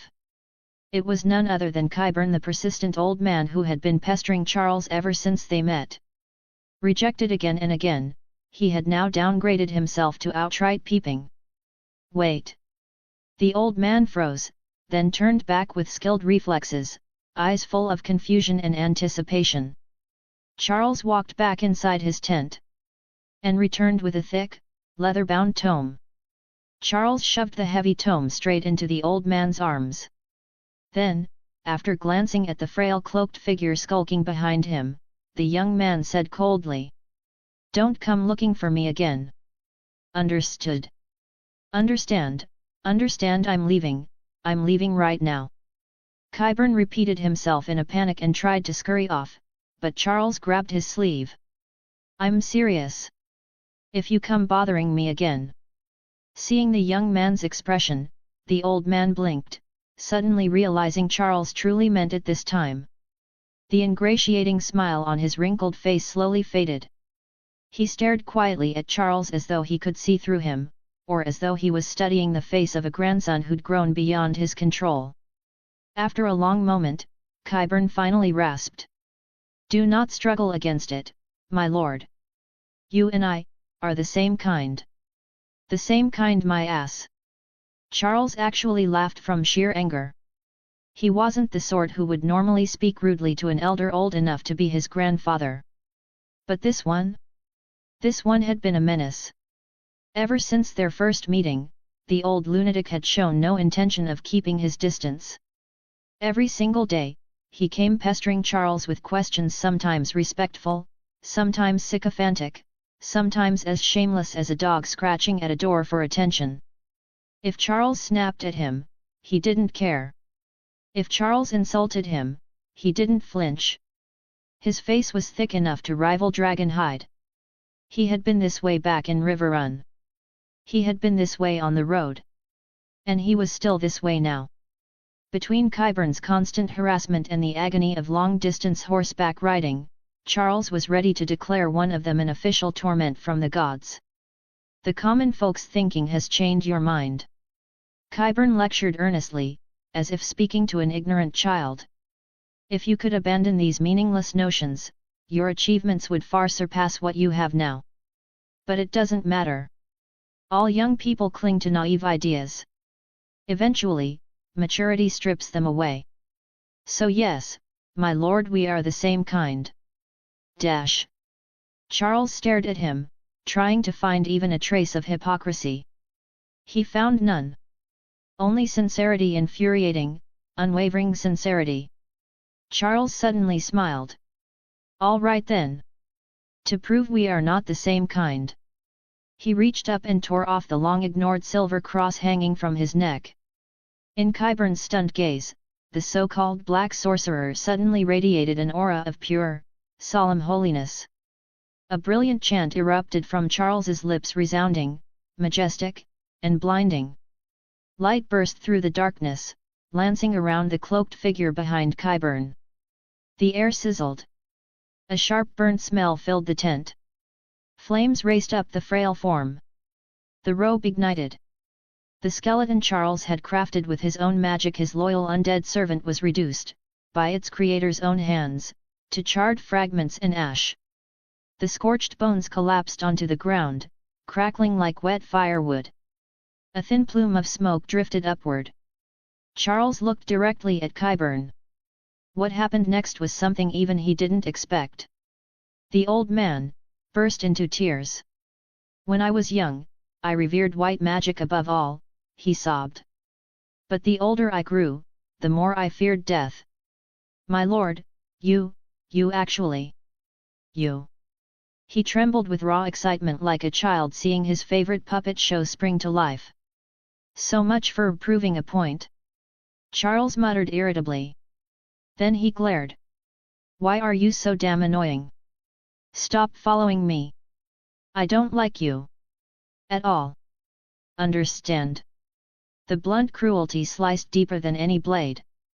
Qyburn froze, then forced a painful smile. "You are right. Who could possibly like someone like me? Who would ever wish to become what I am now? Parents gone, friends gone, family gone, and soon enough, myself as well." He gave a brittle laugh. "Every sunset feels like another year stolen. Every time I lie down at night, I fear I won't wake. White magic could not save us. So I turned to black magic. But, you are young. You cannot understand. Muttering broken thoughts, the old man turned away, shuffling off like a sagging shadow. His lonely figure made Charles's eyelid twitch. He isn't lying. A soft voice sounded behind him. Charles turned. Melisandre stepped out of the darkness, her red robes flowing like liquid flame. But his words are laced with intent and misdirection, she murmured. People your age have clear weaknesses. They will always be exploited. Her red eyes fixed on Charles's face without blinking. Why are you staring at me like that? Charles frowned, baffled. I saw danger in the flames, she whispered, her gaze unfocused.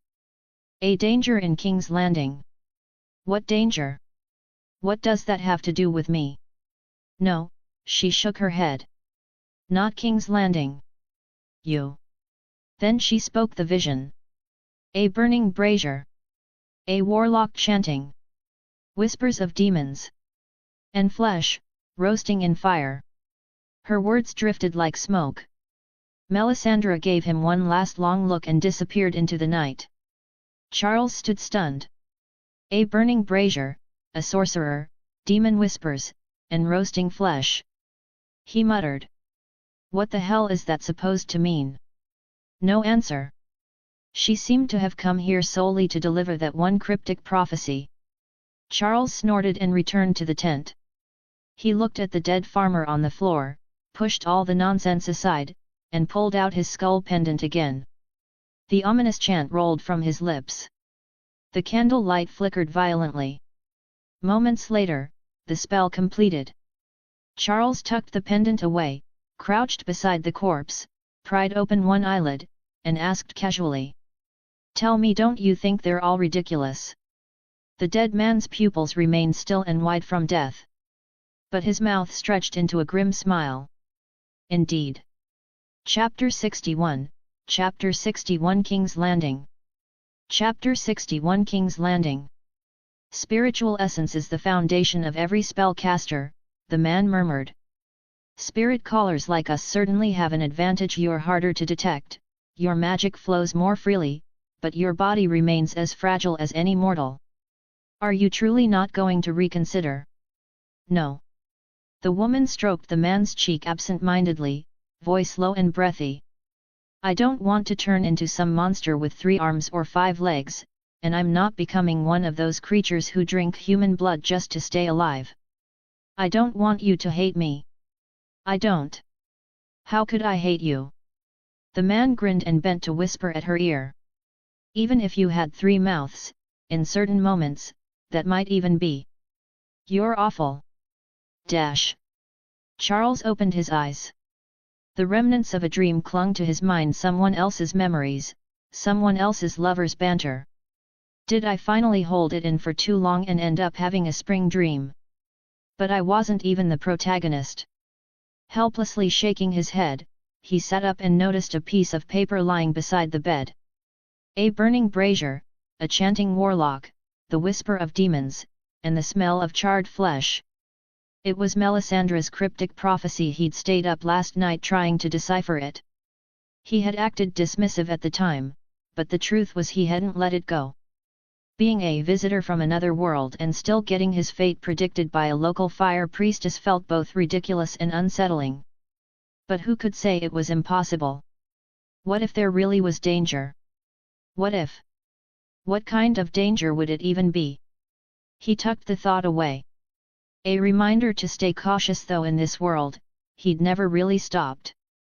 After washing up and putting on his coat, Charles stepped out of the tent. From far away he could already see Roose Bolton standing at the lakeside clearing, issuing commands. When Charles approached, the words became clear. Tracks in the grass suspicious. If they're not sellswords, then someone's tailing us. Neil, take a small team, stay behind, and drag them out.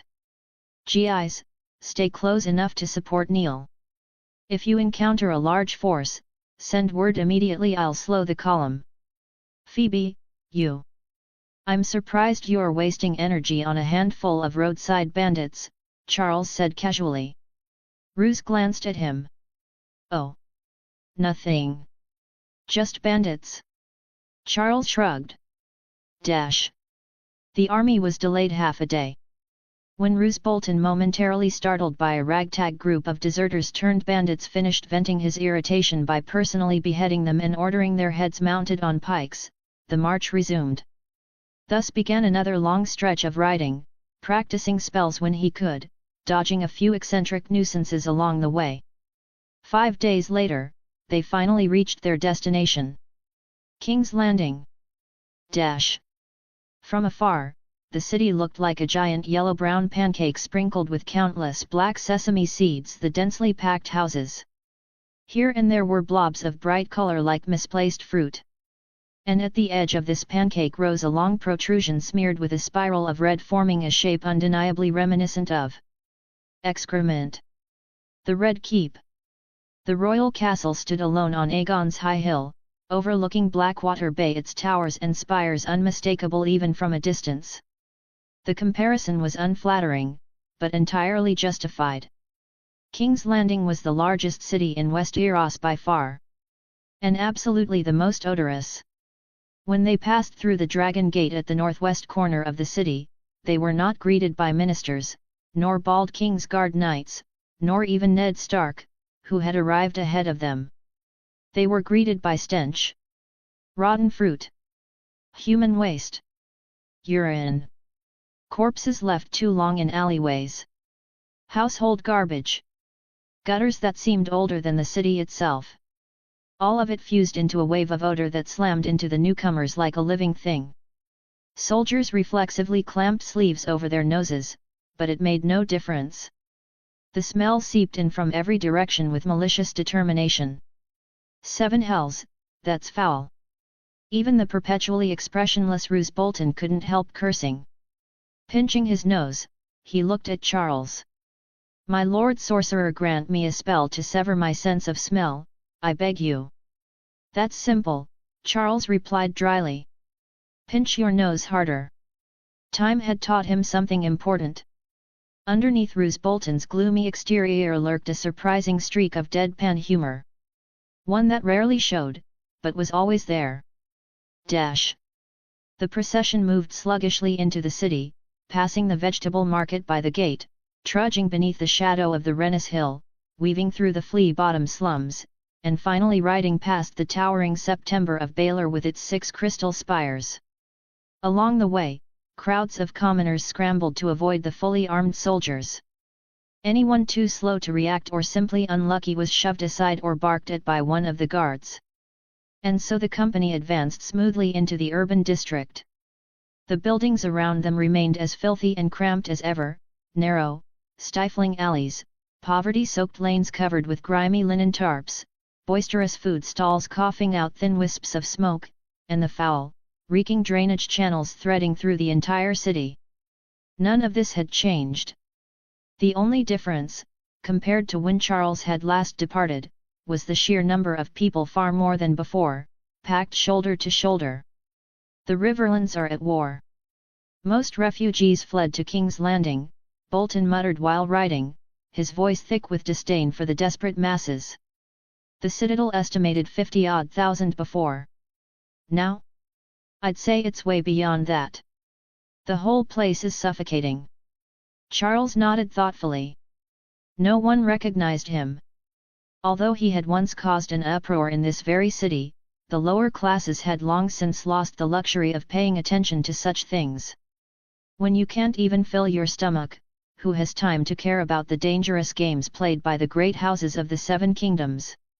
What brief gossip and excitement there once had been were long eroded by the grind of daily survival. Now all Charles saw were blank, half-crazed faces. "Lannisters must have done something nasty before leaving," Bolton remarked carelessly.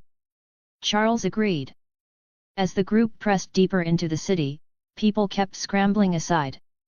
Everywhere he looked were gaunt, hollow-eyed figures staring at the passing nobles with barely concealed hatred. A filthy woman, naked and disheveled, suddenly hurled a rotten vegetable at him. The soldiers instantly drew their swords, ready to charge, but Charles raised a hand to stop them. "We're in a hurry." The blades slid back into their sheaths. Charles was not a gentleman by nature, but even he wasn't about to stoop to the level of quarreling with a madwoman. The moment the projectile flew toward him, his inner perception identified his attacker, and it was obvious she wasn't in her right mind. Yes, she was insane. This wasn't a conclusion drawn merely from her appearance, but from the notification that flickered into view. A deranged young woman, her past is filled with misery. Under the stunned gazes of the nearby onlookers, the noble youth, his fine clothes now stained with smashed tomatoes, simply gave the culprit a faint glance and rode off as if nothing had happened. The reaction stunned the crowd. Several remained frozen, watching his back in disbelief. The madwoman, however, seemed delighted by the attention. She plucked another rotten vegetable from her basket and tossed it at the soldiers behind him. As they continued, the city's oppressive atmosphere only grew heavier. King's Landing felt like a volcano on the verge of erupting, its dangers so palpable it stung like smoke in the nose. This city is about to explode, Charles thought grimly. The other nobles ignored it completely. Such disregard had been ingrained over thousands of years. So long as they commanded soldiers, the common folk seemed like nothing. But Charles was far less optimistic. History had repeatedly proven that peasant uprisings were the most violent, the most thorough. In comparison, the conflicts of nobles were practically mild. Not that it's my problem.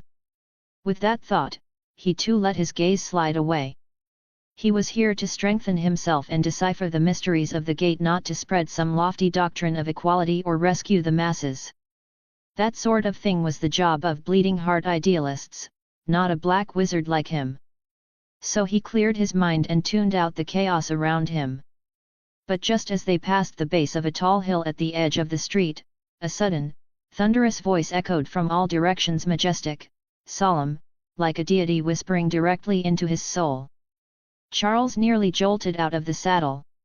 He spun around, only to find that no one else had reacted. Not a single guard stirred. He searched for the source of the sound, and his gaze finally settled on the towering mountain to his left, or rather, the ancient, ruin-like structure perched atop it. "What place is that?" he asked. "The Dragon Pit," answered the steward guiding them. "Where the Targaryens kept their pets." "The Dragon Pit? And it can produce a sound like that? Why does it feel exactly like the resonance I hear during purification practice?" Suspicion gnawed at him, but outwardly he only nodded. The column had no time for him to linger, and he wasn't foolish enough to wander alone in this chaotic city. So he cast one last glance at the ruined dome of the Dragon Pit before riding on. As he did, the divine whisper faded into silence. Chapter 62, Chapter 62, Idle Talk. Chapter 62, Idle Talk. After entering King's Landing, most of the army was assigned to guard the city walls, while a portion was stationed within the Red Keep itself. Charles followed this group inside the castle and eventually met, in the Hand's Tower, someone he hadn't seen for a long time: Eddard Stark. The Hand's Tower stood quietly not far from Maegor's Holdfast. The stone tower was tall and solid, and from its gold-trimmed circular windows, one could look out over the entirety of King's Landing. Low rooftops stretched endlessly across the uneven cityscape, broken only by colorful palaces and sharp spires here and there. Wide and narrow streets crisscrossed like tangled veins, and the people below, seen from this height, resembled tiny black ants, crawling slowly through a city that was both vast and suffocating. In the distance, soldiers swarmed along the great city walls. From here they looked hazy and indistinct, but even so, their constant motion was visible. 3 enormous trebuchets stood in a nearby training yard, their dark colors oddly out of place. Before the Lannisters withdrew, they took everything they could carry with them, Ned said quietly. Gold, weapons, pyromancers, books, and King's Landing's 3 whores. The 3 whores? Charles turned in surprise to the man seated at the Hand's desk. Ned now had short dark hair growing back over his scalp, and a rough ring of beard and stubble framed his jaw. The 3 trebuchets, he replied evenly. Setting down his quill, he looked up at the young man by the window. Renly's army could arrive at any time, and the Red Keep has hardly known peace lately. You'll stay here in the Hands Tower for now. If you wish, you may also attend the daily trials in the throne room. I could use someone I trust to offer advice. And your counselors? Charles asked. Stannis's counselors, Ned corrected coldly. Then he snorted. One moment they were licking the Lannisters' boots, and the next they were groveling before his grace. How do you expect me to trust men like that? Frankly, I wish the Lannisters had taken them with them, and the small council too. I remember everything those men have done. Well, Charles said dryly, it's hard to forget being stabbed in the back. You mean Littlefinger? Ned shook his head. He's too clever for that. He ran long ago. He spoke in a calm voice, but Charles could still hear the trace of bitterness beneath it. Still, Charles had no interest in digging into the tangled mess between Ned and his former romantic rival. There was something else that concerned him far more. I don't think you sitting here is a good thing, Charles said pointedly. Ned fell silent for a moment, then replied. Because I once served as the hand of the king, His Grace has entrusted me with this responsibility. So you just handed over military command like that? Charles asked. An army does not need two mouths giving orders. And King Stannis's record on the battlefield is enough to put my mind at ease in entrusting the army to him. Then Ned shifted the topic. You did a great service at River Run. His Grace intends to grant you Harrenhal. Harrenhal. Charles blinked in surprise, then let out a dry laugh. Harrenhal was ancient, older even than Aegon's conquest. It had been built by Harren the Black, one of the 7 kings of Westeros at the time. Trusting in its colossal walls, Harren had refused to yield to the conqueror, and was reduced to ashes beneath dragon fire from the sky. As Charles knew it, Harrenhal was the largest and most heavily fortified castle in Westeros. Its walls were sheer and massive, its defences formidable, and its grounds vast. Its gatehouse alone was bigger than the main keeps of many fortresses. That was its strength. And also its curse. The castle was so enormous that merely maintaining it could bankrupt an ordinary lord. Worse, it seemed haunted by ill fortune. Every family that held Harrenhal had met a grim end. Harren the Black's entire line perished in dragon fire. House Strong was consumed in a mysterious fire. House Lothston faded into obscurity. And the most recent lordly family, House Went, fell into ruin, leaving only a lonely widow behind, who was eventually driven off when Tywin Lannister seized the castle for its military value. By now, the poor woman was probably dead in some nameless corner of the realm. All of this had been told to Charles back when Roose Bolton planned his assault on Harrenhal. At the time, Charles had thought the place reeked of cursed ground. And now? That's quite a philosophical gift, he said with a shrug. But I'm not his vassal. He doesn't really need to do this. Merit must be rewarded, Ned said. His Grace insists. That said, it'll have to wait until the war is over. Of course. Charles sounded indifferent.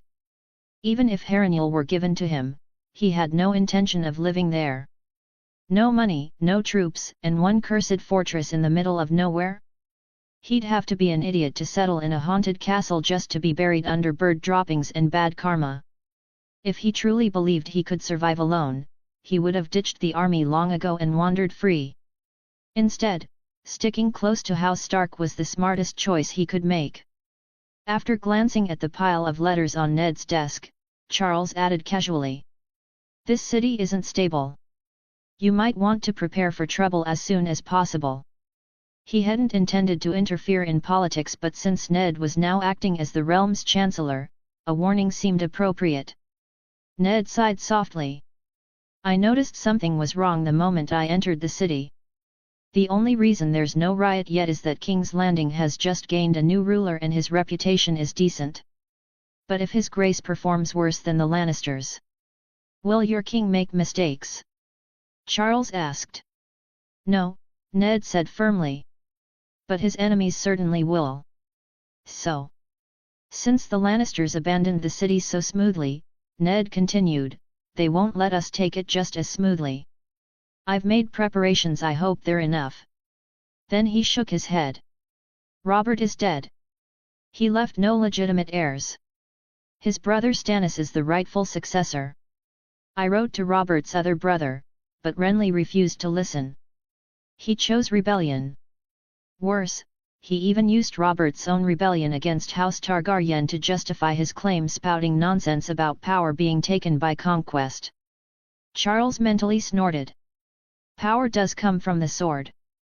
That had never been wrong. Robert had seized the throne by force, and suddenly when someone else tried the same, it was treason? Ridiculous. But Charles kept the thought to himself. He had better things to consider, like magic. He had no intention of drowning in the swamp of political nonsense. Ned continued. My wife, Catelyn, wished to thank you in person, but she couldn't leave our children and has already returned to Winterfell. Please. Spare me the thanks, I'm already sick of hearing it. It still ought to be said, Ned replied gently. After a pause, he hesitated. When we were at Riverrun, Catelyn's father fell gravely ill. She asked me to mention it to you. His expression was awkward, but the implication was clear. I can heal wounds, Charles said flatly. I can't grant extra years of life. I thought as much, Ned nodded. He didn't seem disappointed, more like resigned. The conversation drifted to strategies and coming storms. Compared to their earlier callous meetings, Ned seemed lighter than before. Charles wondered if he had finally come to terms with something. Or perhaps time apart from Catelyn had sharpened appreciation. After chatting for a while, Charles took his leave. As he stepped out of the Hand's Tower, Charles intended to head toward the underground districts and search for dragon bones. Instead, someone intercepted him. This is the obsidian you requested. The situation was unstable, so it took longer than expected. My apologies. At the tower's entrance stood a plainly dressed middle-aged man, setting down a linen sack at his feet. Thank you, Sir Davos, Charles said politely. No, I should be thanking you, Sir Cranston. For what? I'm not entirely sure, but when Lady Melisandre was still on Dragonstone, His Grace he was troubled. Davos subconsciously touched the leather pouch on his chest. His weathered face flickered with unease before he gave a helpless shrug. All I know is, we owe you our thanks. Chapter 63, Dragon Spirit. Chapter 63, Dragon Spirit. Drib. Drib. The sound of water echoed endlessly through the darkness. Damp air clung to the underground space, heavy and stale. Something like a sleeping beast had lurked here for countless years, as if waiting for its former master to return. Centuries had passed. Above, King's Landing had churned through endless cycles of chaos, civil war, rebellion, bloodshed, assassination, but none of it had ever disturbed this forgotten place beneath the city. Until recently. Here, deep below the world where night and day had no meaning, something had begun to stir. Creak. In some forgotten corner, the sound of rotting wood being forced open cut through the silence, then soft footsteps followed, drawing closer. Flame sprang to life. A wavering torch illuminated the underground chamber and revealed the beast hidden within. Jagged bone. Empty eye sockets staring endlessly into the dark.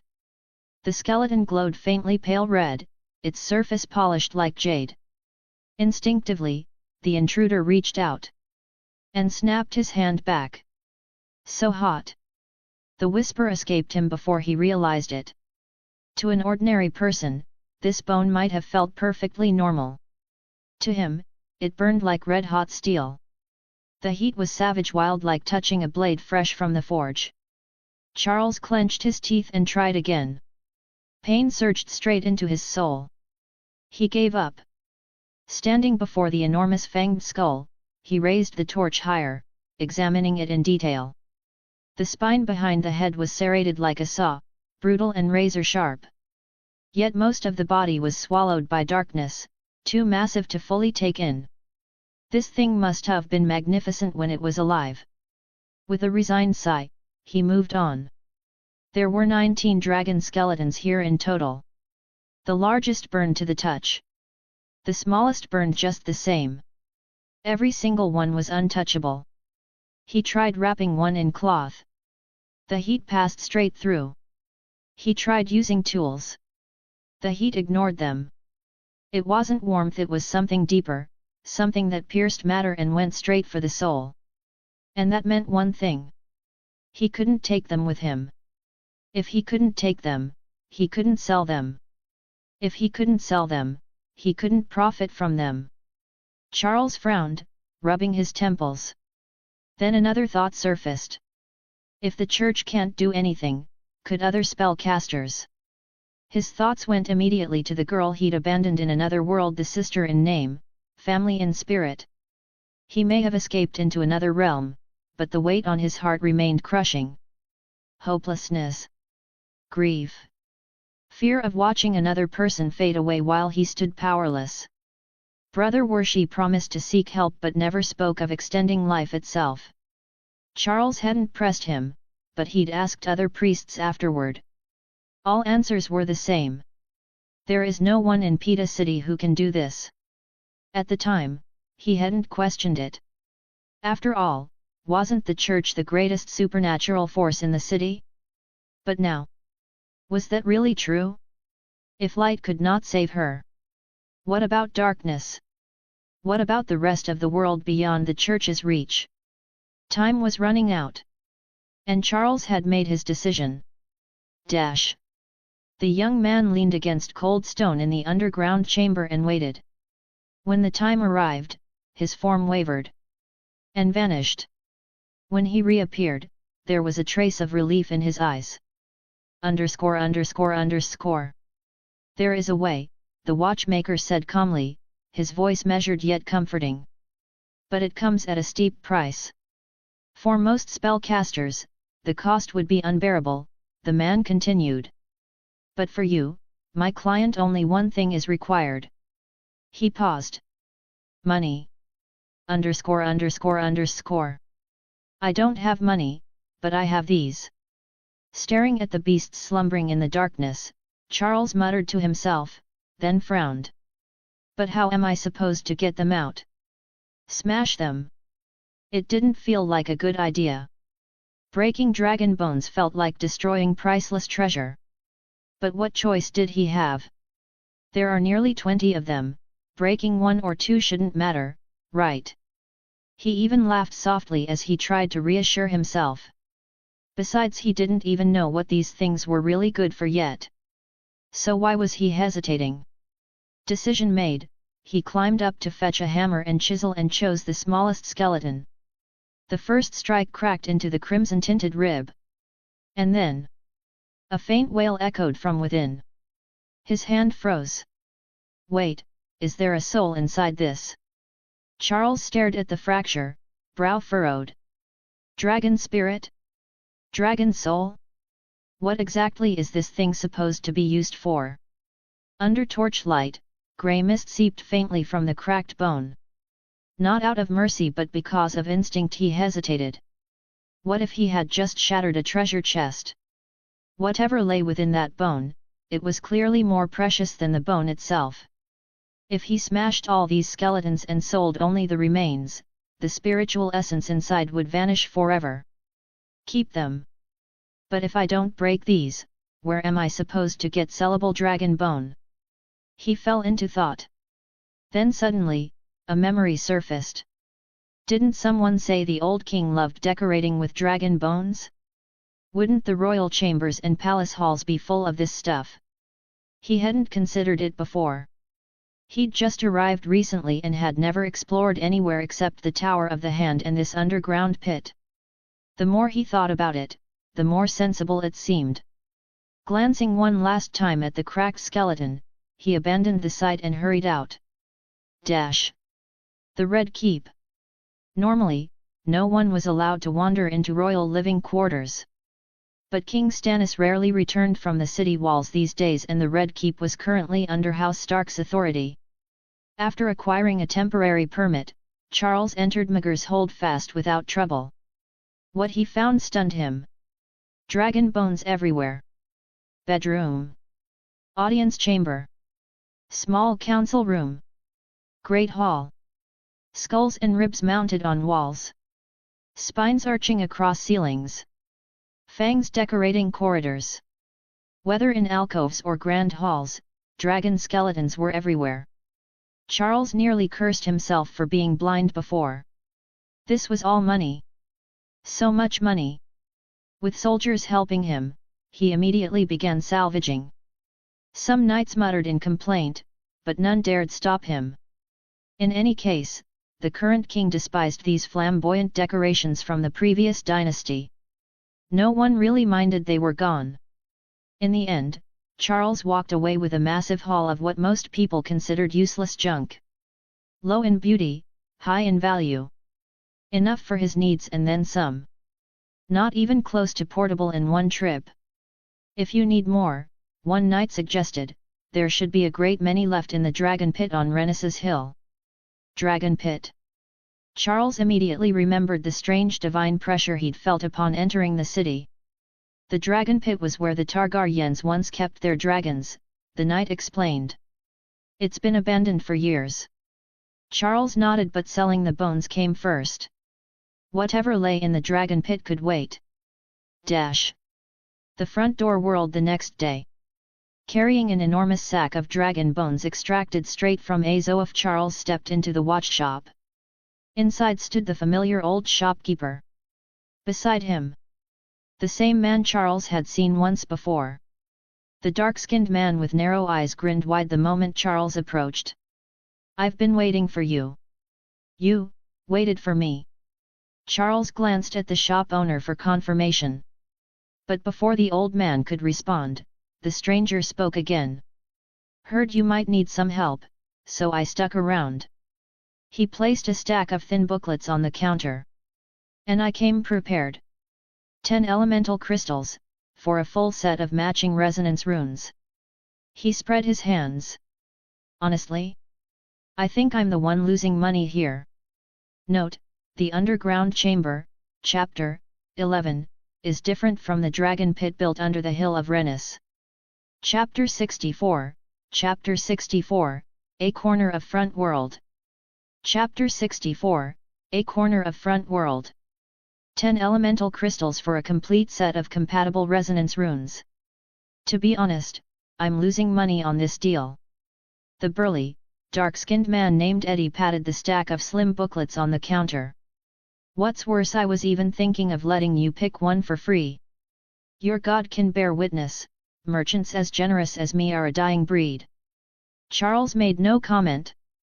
He picked up one booklet and flipped through it. The pages were filled with fresh, tightly packed handwriting in fine characters, and when he leaned closer, a faint scent of ink lingered in the air. He looked up at Eddie's exaggerated expression of pain with a strange look.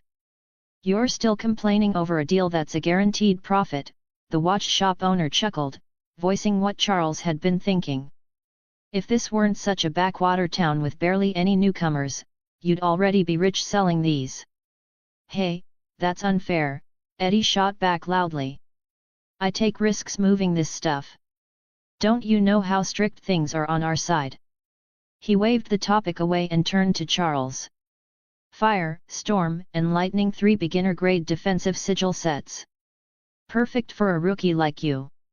Pick one later. Right now, let's talk business." "Business?"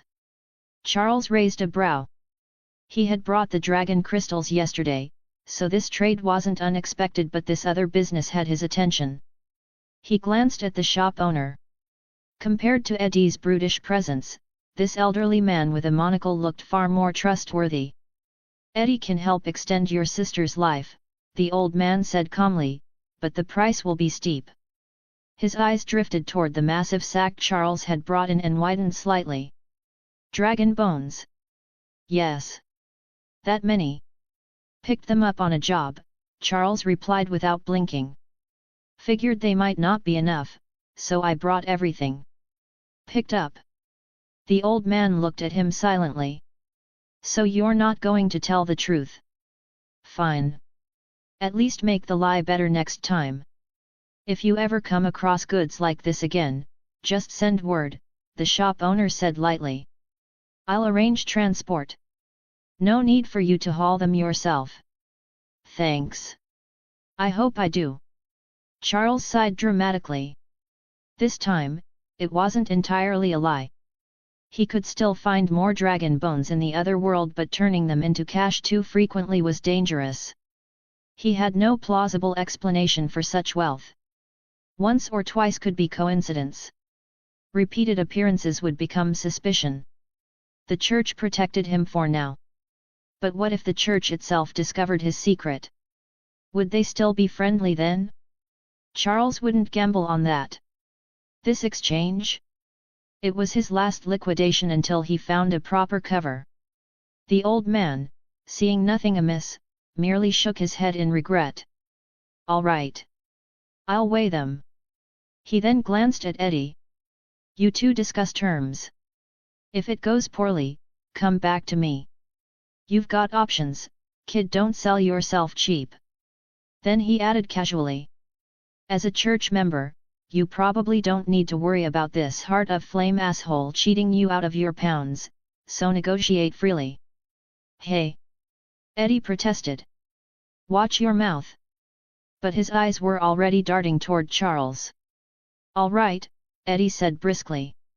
Let's get to the real subject. Bloodline curse. Charles nodded. What's the church's stance? They can fix it, but only when a higher authority arrives. So there'll be a delay. True, but spoken casually. Eddie snorted in disgust. Figures. Church will solve it sounds nice when you say it. Charles merely shrugged.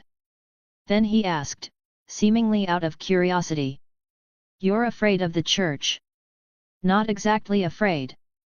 Eddie shifted his bulk on the chair. Everyone knows how your people operate. If you stay away from the dirty stuff, the church won't bother you. I'm not scared of getting purified one day. He grinned. But let's just say it's better not to poke that bear. Why?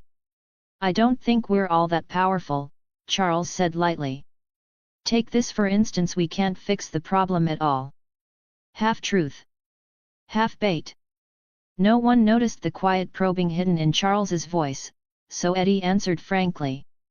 And because this was a rare, lucrative deal, the usually irritable fat man was in unusually good spirits. He snorted and said. The church in Pita City is nothing special, but you people have backing, and you stick together like glue. History's proved one thing over and over, never mess with the church.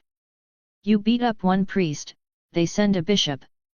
Beat the bishop, and some grand religious fossil crawls out of hiding. Beat him too, and boom, out comes a whole pack of ancient grandmas with halos. And if that still doesn't work? Fine, summon an angel. Call in a Pegasus Knight. Hell, bring down an archangel. Those things hit like freight trains. Push it far enough, and you'll finally piss off your pope. Then what? He starts calling down divine punishment, even summons the Thorned Lord himself. At that point, how are people like us supposed to survive? Divine punishment. Hearing the envy, awe, and bitterness all tangled together in Eddie's voice, Charles had no idea what kind of face he was supposed to make. A part of him wanted to cry. Another part felt expected to laugh. So he twitched his lips into something that barely passed for a smile. Then why don't you just join the church? You think I didn't want to? Eddie scoffed. By the time I figured out how powerful they were, I'd already lost the right to choose. Lost the right? Charles frowned. You mean once you learn other magic, you can't join? Obviously. Or what did you think, anyone with talent could just walk in? I kind of did. Charles paused. By the way, can magic be dual trained? Of course. Eddie grunted. Storm apostles in Senport can control both lightning and wind. Steel sorcerers in the Iron Dominion command flame and metal at the same time. Further out, in the colonies, they say there are plague shamans and wild priests who use death and nature magic at once. Never seen one myself. What about church magic? You mean dual classing with holy arts? Yes. I've never heard of it, but maybe. Eddie shot him a suspicious glance. Why? Holy magic not doing it for you anymore? You want to branch out? Maybe. But mostly because of these. Charles patted the stack of booklets. Your runes and what I know don't feel like they belong to the same system at all. Worried they won't work for you? Eddie laughed. Looks like you never received formal training. Fine, let me teach you in place of your thorned lord. As long as you know the incantations, even an acid-spewing swamp demon could use those runes. They're classified as 0 tier. 0. Your tier. Beginner 0. The foundation of everything. No restrictions. He coughed lightly, clearly feeling he'd chatted enough. All right, enough talk. Let's discuss something real. Your sister. Charles let the topic shift easily. How do you plan to keep her alive? I can steal life fire from its source and use it to sustain your sister's spiritual flame. It comes with some conditions, but it's the safest method and leaves no permanent side effects. What conditions? First, you must stay at the altar at all times while the flame burns. If it goes out, your sister dies instantly. And the ritual only lasts 12 days. Once the time is up, you must extinguish the flame yourself even if it hasn't gone out. Why? Because if it continues, the Crimson Furnace will notice I'm siphoning its power. And once it tracks the source, it will eat her first. Exactly. What's the Crimson Furnace? Our power source. Our. Not including you. Then Eddie waved his hand impatiently. You just need to know this. I can buy her 12 days of life. Rotate guards if you must. No real impact on you. So? Decision time. It sounds acceptable. Charles paused. Price. Eddie grinned and looked toward the shop owner. Total value, £132.75, the old man said calmly. Which converts to 1,328 gold pounds. Eddie turned back. You pay half. 665. Charles thought for a moment, then looked at the shop owner. Do I have better options? Not if you want speed and reliability. Then fine. Charles didn't bargain. He met Eddie's eyes. And nodded slowly. Deal. Chapter 65, Chapter 65 Judgment and Omens. Chapter 65 Judgment and Omens. Remember, no matter what, extinguish the candle before the 12 days are up. Dash. Eddie's warning echoed insistently in Charles's mind. He stood before an altar drawn across a table made of locust wood, staring at the strange symbols etched and painted across its surface. The entire tabletop looked as though it had been overlaid with a spell formation. A crimson ring of refined crystal powder formed an oval around the altar, inscribed with dense clusters of runes and glyphs. Inside the circle, a triangular structure had been arranged. At its center stood a specially crafted red candle, embedded within a silver chalice filled with clear water mixed with the girl's blood and strands of her hair. The flame burned an eerie scarlet. All windows in the storage room had been sealed shut. Not a single breath of wind entered. Only the slow rhythm of Charles's breathing caused the flame to sway ever so gently. It looks almost ordinary. Despite the simplicity of its appearance, Charles did not dare underestimate it. Exhaling slowly, he closed the door behind him and sat cross-legged before the altar. The candle had to be watched around the clock. If it went out even once, everything would be lost. Because he could use the warp gate to offset rest through time difference, he had no intention of entrusting this task to anyone else. Dash. He glanced down at the small silver cross in his palm, brows knitting. What does this mean, exactly? Since follow-up intervention would be required, he couldn't hide this matter from the church. Before the ritual, he had gone to the Church of Saint Sai to report the situation. Father Wuxi hadn't questioned him, but before he left, the priest pressed a delicate silver pendant into his hand. It resembled the one Charles used in spellcasting, though smaller and more finely crafted. "If you're ever in danger," the priest had said quietly, "show this." That was all. Before Charles could ask anything else, the beginning of prayers forced him unceremoniously out of the cathedral. Some kind of identification badge? Or something stranger? He studied the pendant for a long while, then shook his head with a helpless smile. So much for no special treatment. With a quiet chuckle, he set the pendant on the floor beside him, retrieved a small booklet, took several steps back, gave one last glance to the altar, and summoned the gate. In the next instant, he vanished. Whatever happened next, at least for now things were stabilizing. And he could focus on strengthening himself. King's Landing, the Red Keep Throne Hall. By the authority of Stannis II of House Baratheon, King of the Andals, the Rhoynar, and the First Men, Lord of the Seven Kingdoms and Protector of the Realm.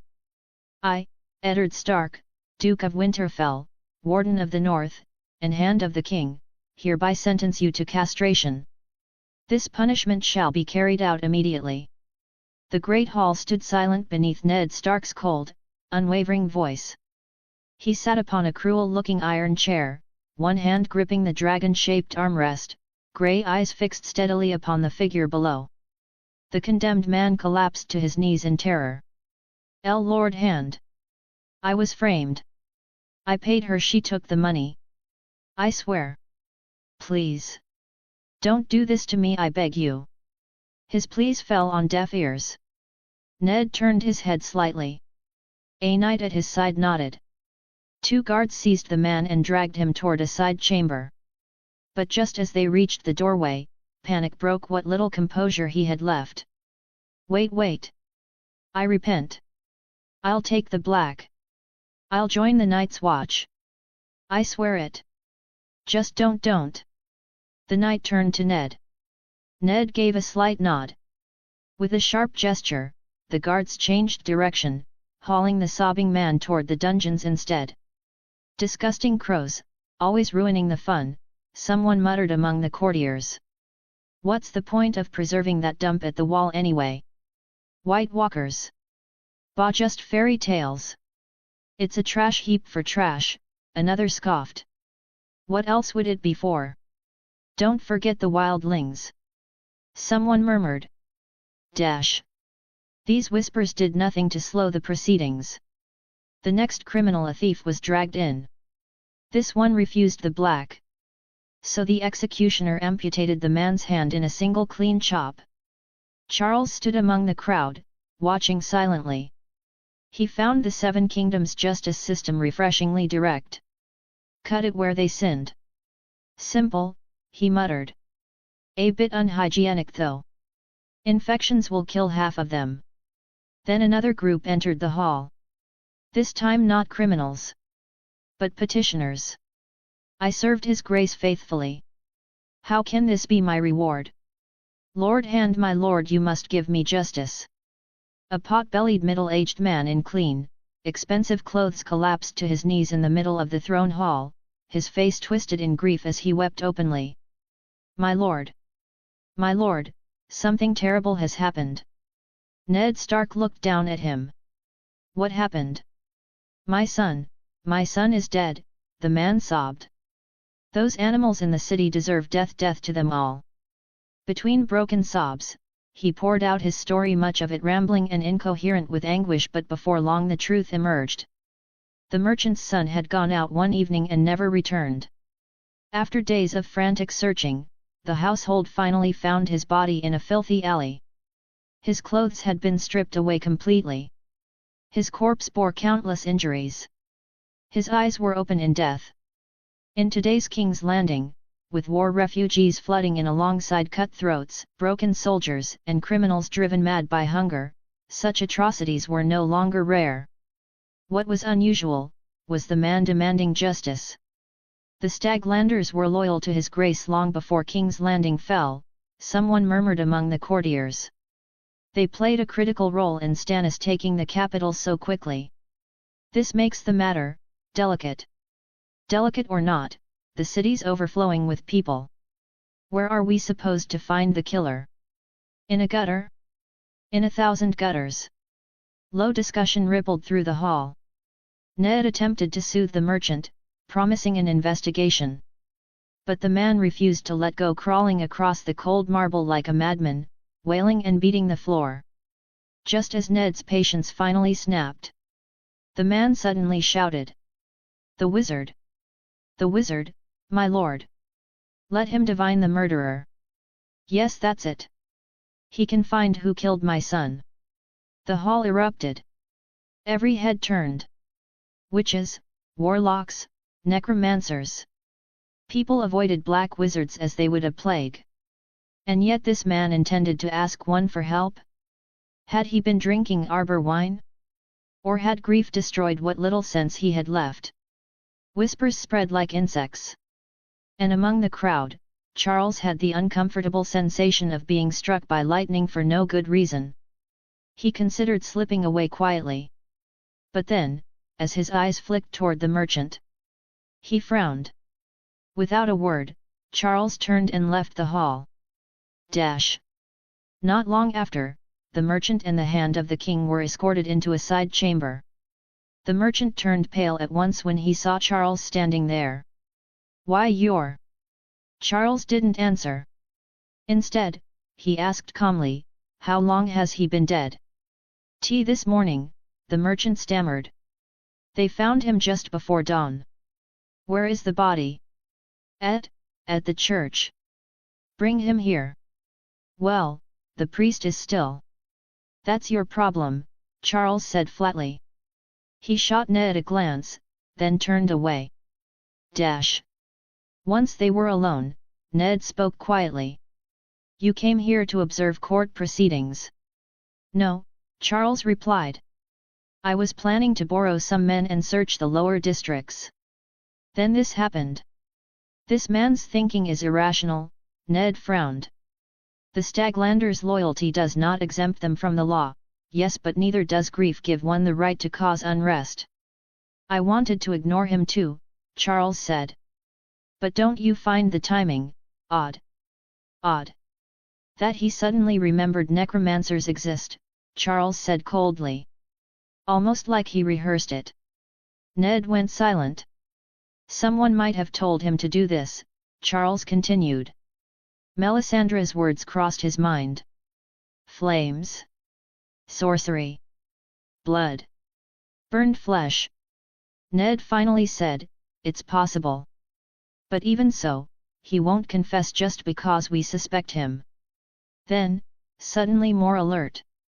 "And you don't intend to force a confession, do you?" Charles raised an eyebrow. "Of course not. I just want to frighten him." Ned's expression hardened. "By turning his son into a corpse? Or dragging up a bloody imitation of life? You forget what reputation you already carry. Right now, people fear you. If you do such things you will become something else entirely." Charles tilted his head and shrugged. "Relax. This time, there will be no blood." Chapter 66, Chapter 66 The Words of the Dead. Chapter 66 The Words of the Dead. The noise from the throne hall faded instantly as the heavy iron doors slammed shut. 2 soldiers in leather armor carried in a corpse with its throat slit and laid it gently on the stone floor. At Ned's signal, they withdrew, leaving the side chamber empty once more. Now only 3 people remained inside the dim hall: Charles, Ned Stark, and the merchant. The merchant kept glancing nervously around the bare chamber, unable to settle. "Are you afraid?" Charles asked quietly, his hands tucked into the wide sleeves of his robe. "No, my lord, just excited." "Very excited," the merchant stammered, his hands shaking. He realized how strange he must look and took several deep breaths, forcing himself to calm down. Charles ignored him and turned his attention to the body on the floor. The young corpse had been washed and dressed neatly. Pale. Clean-featured. Thin. By appearance alone, he was about Charles's age. If not for the ugly gash across his throat, one might have mistaken him for a sleeping boy. After studying him for a moment, Charles reached into his robe and drew out his pendant. He knelt beside the body and raised it before his eyes. His lips began to move. A murmur low and fragmented filled the chamber. The incantation echoed softly off the walls, whispering like something crawling through stone. A chill ran through the air. The merchant, who had only just recovered his composure, shivered violently.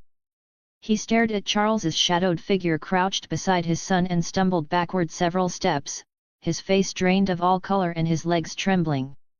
But the incantation lasted only seconds. As suddenly as it began, it faded into silence. The merchant was still staring, dazed until he heard a voice. "Who killed you?" The young man in the dark cloak lifted his hood slightly and spoke toward the corpse. "I don't know him," came the reply. The voice was flat. Empty. Mechanical. Too familiar. "What did he look like?" Charles asked. "He had golden hair. He was not tall." The merchant's breath hitched. He took a step closer. Then another. And then he saw it. The words were coming from his son's mouth. Tears welled up immediately. He rushed forward and dropped to his knees. "Tig. Tig, is it you? It's your father, I'm here. Can you hear me? Son? Answer me. Tig." The man's voice shook with genuine grief. Charles hesitated. The reaction looked real. This wasn't a random corpse pulled off the street. That man, the merchant choked, gripping his son's shoulder. "Who was he? Who did this to you? Tell your father I will rip his head from his body." "He had golden hair," the corpse repeated. "And then? He was short. And then? And then, and then? Nothing else." The corpse paused. Then, softly. "Father. I'm cold. I'm so cold. Father, why is it so cold? Was I not wearing clothes?" The merchant froze. "Not wearing? Not wearing anything?" The corpse kept repeating the same words in a hollow whisper. Combined with the glassy pupils dull and unfocused beneath its pried-open eyelids, the joy drained from the merchant's face as if stripped away by unseen hands. The smile froze. Then slowly collapsed. He turned in panic toward Charles. "Wizard, please save him. He's my only son. I beg you save him. I'm sorry." Charles looked down at the rigid body of the boy who might as well have been his own age, pity flickering across his face. "There are only a few minutes left. If you have anything to say to him, make it quick." After signaling to Ned, Charles stepped aside. "If he says anything else," Charles added quietly as Ned came closer, "I'll need your help." Ned nodded, glancing at the merchant now crouched beside his son, clutching him as if his warmth might still be returned. "To speak with the dead," Ned murmured. "If you had been at my side earlier, many tragedies might have been avoided." "What kind of tragedy?" Charles gave him a sidelong look. "You seem to be doing fine." "Fine?" Ned exhaled sharply. "Jory, Will, Hullen, all of them were murdered by the Lannisters. If not for my failures." He trailed off, burdened by guilt. Charles patted his arm lightly and changed the subject. "When this ends, I need a few men. I'm going out." "Out? Now?" Ned frowned. "Leaving the castle at a moment like this is dangerous, especially when someone may be targeting you. This is exactly the right time." Charles's eyes were calm. "If someone is truly pulling the strings, then they'll assume I'm stuck here dealing with this mess." No one expects their prey to walk out the front door. The Red Keep isn't impenetrable, Ned warned. If they're well informed, this plan may not work at all. You should wait for my investigation. And how long will that take? I'll do my best to make it quick. Charles shook his head. So I just hide and wait? I'm not afraid of a few rats. Ned opened his mouth to argue. Then the sobbing stopped. They turned at once. The merchant rose slowly, wiping tears from his eyes with his sleeve. The corpse lay completely still. Its eyes were shut. Did you find the killer? Ned asked. The merchant hesitated. No, we talked about other things. I'm sorry, Lord Hand. Ned gave the body one last look and replied gravely, I will assign men to investigate. But do not cling to certainty. Yes, of course, the merchant nodded rapidly, all desperation gone. Then he turned to Charles and bowed deeply. Wizard, forgive my earlier words. I was misled. By whom? Charles asked coolly. By Canso, the merchant replied. You may not recognize the name, but you know his master. Ned stiffened. Who? Peter Baelish. Littlefinger. Ned's eyes sharpened instantly. He fled the city. What motive would he have now? I don't know, the merchant shook his head. But Canso truly is his man. He told me that if I brought my son before you, his master would transfer the shops north of Iron Street to me. Charles snorted softly. So you took the bait. The merchant bowed again. Only a fool would make an enemy of you, my lord. They were using me, but they will not escape judgment. I am certain of that. He hesitated, then lowered his head respectfully. Thank you, for what you did for my son. If you ever need anything, simply speak my name. I will, Charles said. Go. Once the merchant had fled the chamber, Charles finally looked back at Ned. It seems your old enemy is still playing games behind your back. Chapter 67, Chapter 67 The September of Remembrance. Chapter 67 The September of Remembrance. Leaving the Red Keep, Charles followed the main road onto Silent Sisters Street, then continued straight until he reached the road's end, where the dragon pit stood. 6 soldiers accompanied him.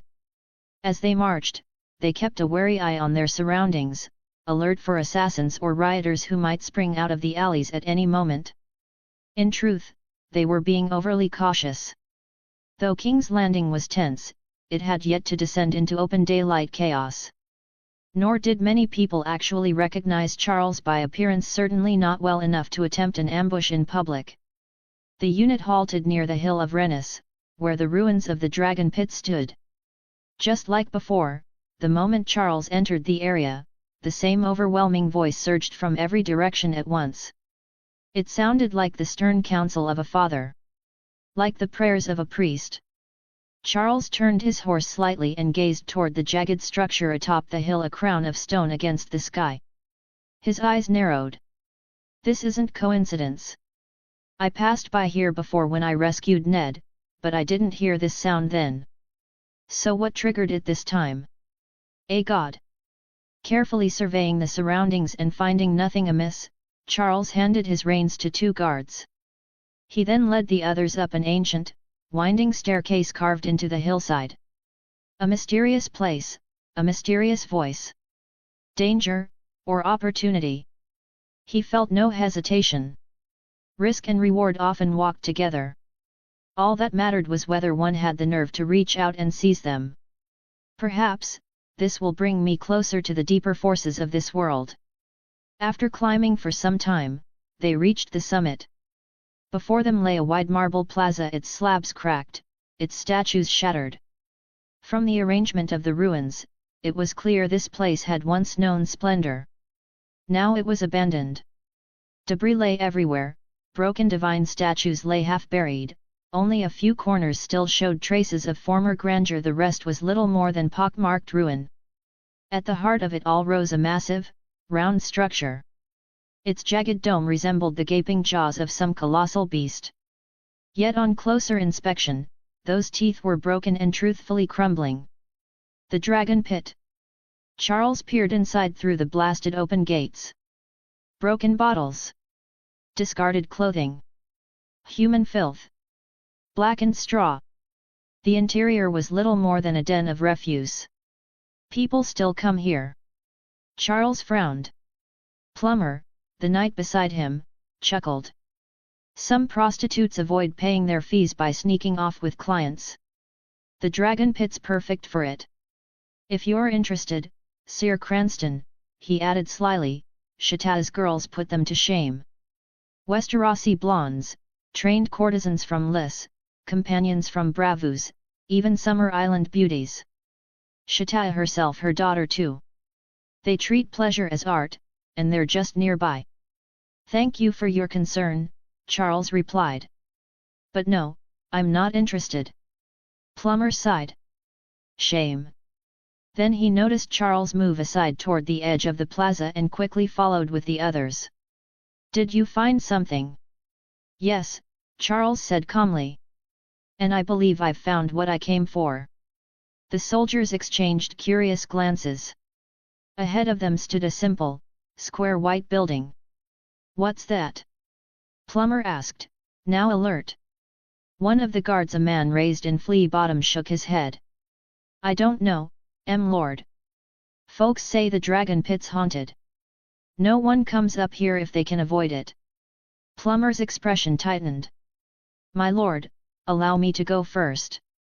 Charles considered for a moment, then nodded.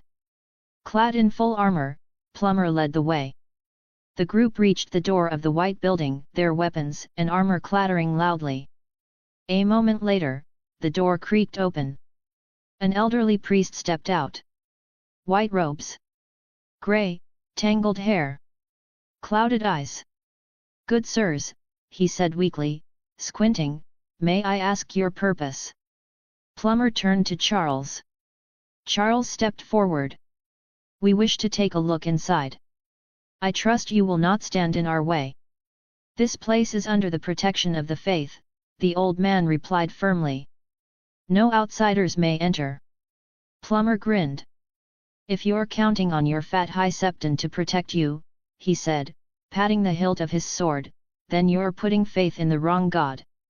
In the end, the priest could only step aside helplessly. Please, he pleaded, this is where the faithful have slept for centuries. Do not harm anything within. They prayed for the future of the 7 kingdoms. We're not interested in bones. Plumber paused awkwardly. Well, probably. Charles slowed, staying beside the old priest. This is a burial site of your church. Yes. Saint Kevin. Saint Chell. Torchbearer Tokwa. Defender Aleka. They all rest here. Why bury them beside the dragon pit? The old man gave a bitter laugh. Dragon pit? Child, before the Targaryens roasted this place, it was not a pit for beasts, it was a sanctuary. A September.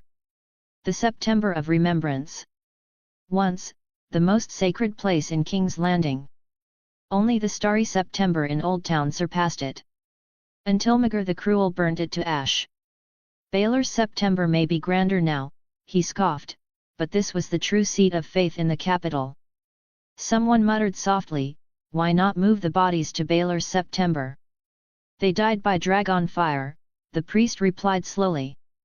They would never consent to rest in a temple built by the bloodline that destroyed them. Doesn't your faith preach forgiveness? Charles asked. The priest smiled faintly. Believe me, child, it did not always. Dash. Passing through a narrow stairway, they emerged into an underground hall. The earth walls were reinforced with timbers. Moist, heavy air filled the space. It was crude yet clean. From the tables and benches, someone still cared for this place. At the back stood a stone statue. 7 faces. Behind it, beyond a doorless arch, lay row after row of sarcophagi. Charles was certain now. This was where that voice had come from. Though the sound had vanished the moment he stepped inside, its presence lingered in the air like a held breath. He stepped forward. "Wait, don't!" The priest reached out in desperation. But Plumber blocked him. No amount of shouting or shoving could move the knight aside. Powerless, the old man could only watch as Charles led the men into the resting place of the dead. Stone coffins stretched before them, one after another, disappearing into darkness. Facing the dense forest of stone coffins, Charles paused briefly, then turned to the guards behind him. "Open them all." This. One of the soldiers hesitated, but after being nudged by his companion, he swallowed hard and nodded. "Yes, my lord." 3 soldiers immediately set to work, carrying out an act that felt deeply sacrilegious even to them. Heavy grinding sounds echoed through the crypt as one stone lid after another was forced open. From the outer hall came the furious shouts of the old priest, his curses ringing clearly through the passage. Charles ignored them. He walked slowly along the narrow aisles between the sarcophagi, peering down into each opened coffin. One mummified corpse after another came into view. Some wore expressions of peace, as though asleep. Others were twisted in silent agony, their mouths agape. Some had eyes stretched wide in eternal fury. Others were charred black, as if fire had kissed them in death. Once, they might have been tall or broad-shouldered, handsome, ordinary, even beautiful. Time, however, had stripped all difference away. What remained were only horrors in human shape. Mummified corpse with a contorted expression. Estimated time since death, over 500 years. He likely suffered a tragic fate. Half of the face burned away by fire. Estimated time since death, over 500 years. His death was painful. Facial expression remains calm. Estimated time since death, over 1,000 years. He does not appear to have feared death.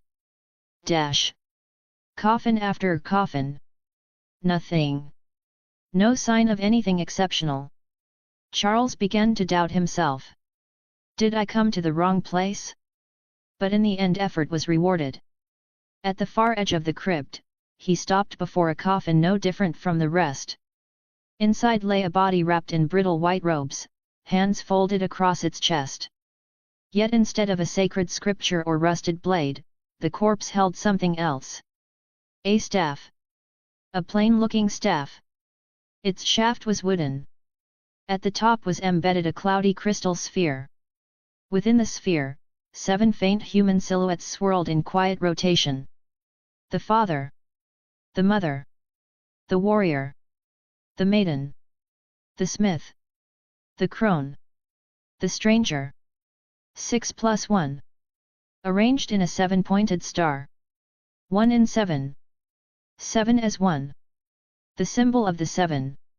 At first glance, there was nothing particularly remarkable about it. Yet the message from true sight erased all doubt. A sacred staff filled with unknown spiritual power. Its origins are ancient beyond reckoning. Its existence is tied to a certain entity of this world. Charles's breathing slowed. He stared at the staff. Then he smiled. Found you. Chapter 68, Chapter 68 Divine Radiance. Chapter 68 Divine Radiance. A sacred staff filled with unknown spiritual power. Its origins are ancient beyond reckoning. Its existence is tied to a certain entity of this world. The message faded. Charles stared at it twice before reaching out toward the seemingly unremarkable staff. The dried corpse gripping it had clenched the wood too tightly. With a sharp pull, his effort was met with a faint cracking sound. Sorry, Charles muttered after glancing at the corpse's snapped forearm, then turned his full attention to the piece of wood now in his hands. Nothing happened. No divine voice. No thunderous echo. No response at all. It looked ordinary. Some kind of legendary artifact, the thought crossed his mind. And the more he considered it, the more reasonable it seemed. After a long moment, driven by an impulse he could not explain, Charles softly recited a single incantation. One eerily similar to the mysterious voice he had heard before. Boundless. Majestic. Ethereal. The words had barely left his lips when the staff began to tremble. Black stains that had crawled across its surface for centuries flaked away like dead skin. A soft glow seeped from the wood, spreading slowly outward. In seconds, it transformed. The decayed blackness vanished. The surface regained its warm golden brown luster, as if reborn. A gentle, sacred radiance filled the crypt. It pushed away every shadow. Out shone the torches. Brilliant but never blinding. Instead, it felt comforting. The guards froze. They stared at the scene in disbelief. This boy was supposed to be the Black Wizard. Cruel. Cold. A master of death. A monster whispered about in taverns and alleyways. Yet here stood a youth bathed in holy light, surrounded by a soft glow that inspired peace instead of fear. Am I dreaming? Someone whispered. Others stood rooted in place, mouths slightly open, eyes fixed on the pure radiance. The stone chamber's doors had never been fully shut. Outside, the old priest saw everything. Seizing the moment when Sir Plummer was too stunned to react, he shrugged off his grip and staggered closer, eyes wide. "Why you, child, what have you done?" he whispered, trembling. Charles did not answer. His eyes never left the staff. The incantation did not cease. The light intensified. And when it crossed an invisible threshold, the staff began to shake violently. So fiercely that Charles nearly lost his grip. The glow swelled outward. First engulfing him. Then the priest. Then the entire chamber. A miracle. The old priest dropped to his knees, sobbing. A miracle of the seven. Father blesses us, Mother shelters us. I, Chad, have lived long enough to witness divine grace.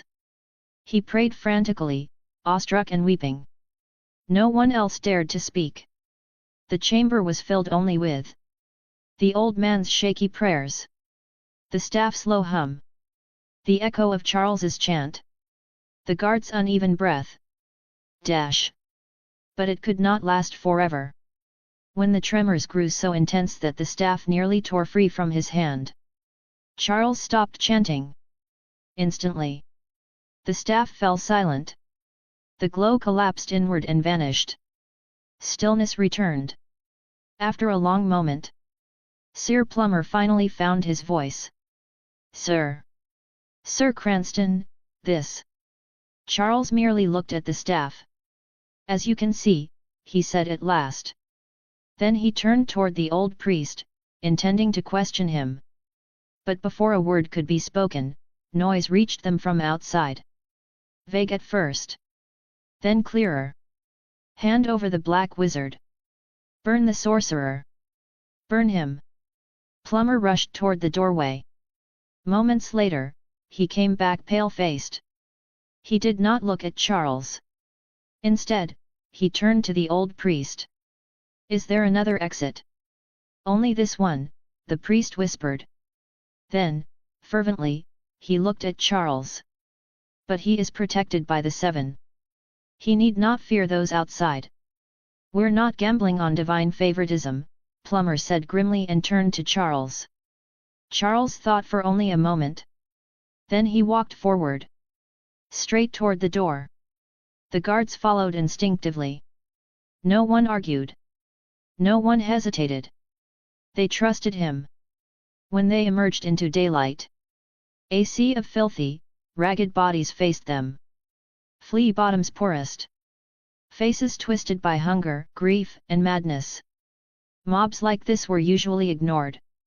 But now, no one could ignore them. They were here for him. So fast. Charles murmured, eyes narrowing. The one pulling strings is impressive. He glanced at the staff in his hand. Well, that timing is convenient. He breathed deeply. Then stepped forward.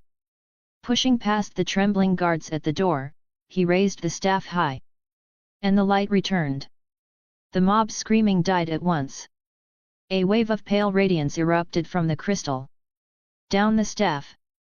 Across Charles's arm. Over his body. And outward. Even beneath the midday sun, the glow was unmistakable. The light expanded in a wide arc. Gentle. Unstoppable. A rising tide of radiance. And in an instant, the entire plaza went silent. Bathed in the milk-white glow, the mob seemed frozen between faith and terror. Whether it was the sheer shock, or something truly sacred within the light, the madness draining from their faces was unmistakable. The twisted rage that had possessed them faded little by little. Eyes that moments ago burned with hate now stared silently at the young man standing in the radiance. The shouts weakened. Then died. Seeing this, the guards silently exhaled in relief. It looked as if the danger had passed. And then, a stone flew from within the crowd. "You're being fooled," came a hoarse shout. "The Black Wizard is using sorcery. Don't fall for it." The rock struck Charles square on the forehead. Blood spilled instantly. Yet instead of pain, he felt something else. A strange surge rose within his chest. Not fear. Not shock. But fury. A fury that felt vast, alien, sacred. As if he himself had been insulted by blasphemy. His gaze lifted, dark and piercing, locking onto the voice in the crowd. As though sensing his emotion, the trembling staff in his raised hand suddenly stilled. And then, light erupted. Violent. Expansive. A storm of radiance burst from the staff and swept outward in a great arc, whipping the crowd's clothing like a sudden gale. Divine authority did not permit mockery. "Guilty." A voice sounded. Then another. And another. Echoing from all directions. As if the world itself was speaking. "Guilty. Guilty. You. Are. Guilty." The man who had thrown the stone stood rigid at first. Then his knees buckled. With a heavy thud, he collapsed onto the ground, curling forward, clutching his face as he wept uncontrollably. "I'm guilty. I confess. I stole my neighbor's relief money. I scorned the gods. I peeked at Aisha while she bathed. And worse, I accepted a silver stag to provoke Sir Cranston. I incited them. I manipulated everyone. I deserve death." The plaza fell into dead silence. Only one voice remained. Crying. Confessing. Begging. Incited them? Manipulated?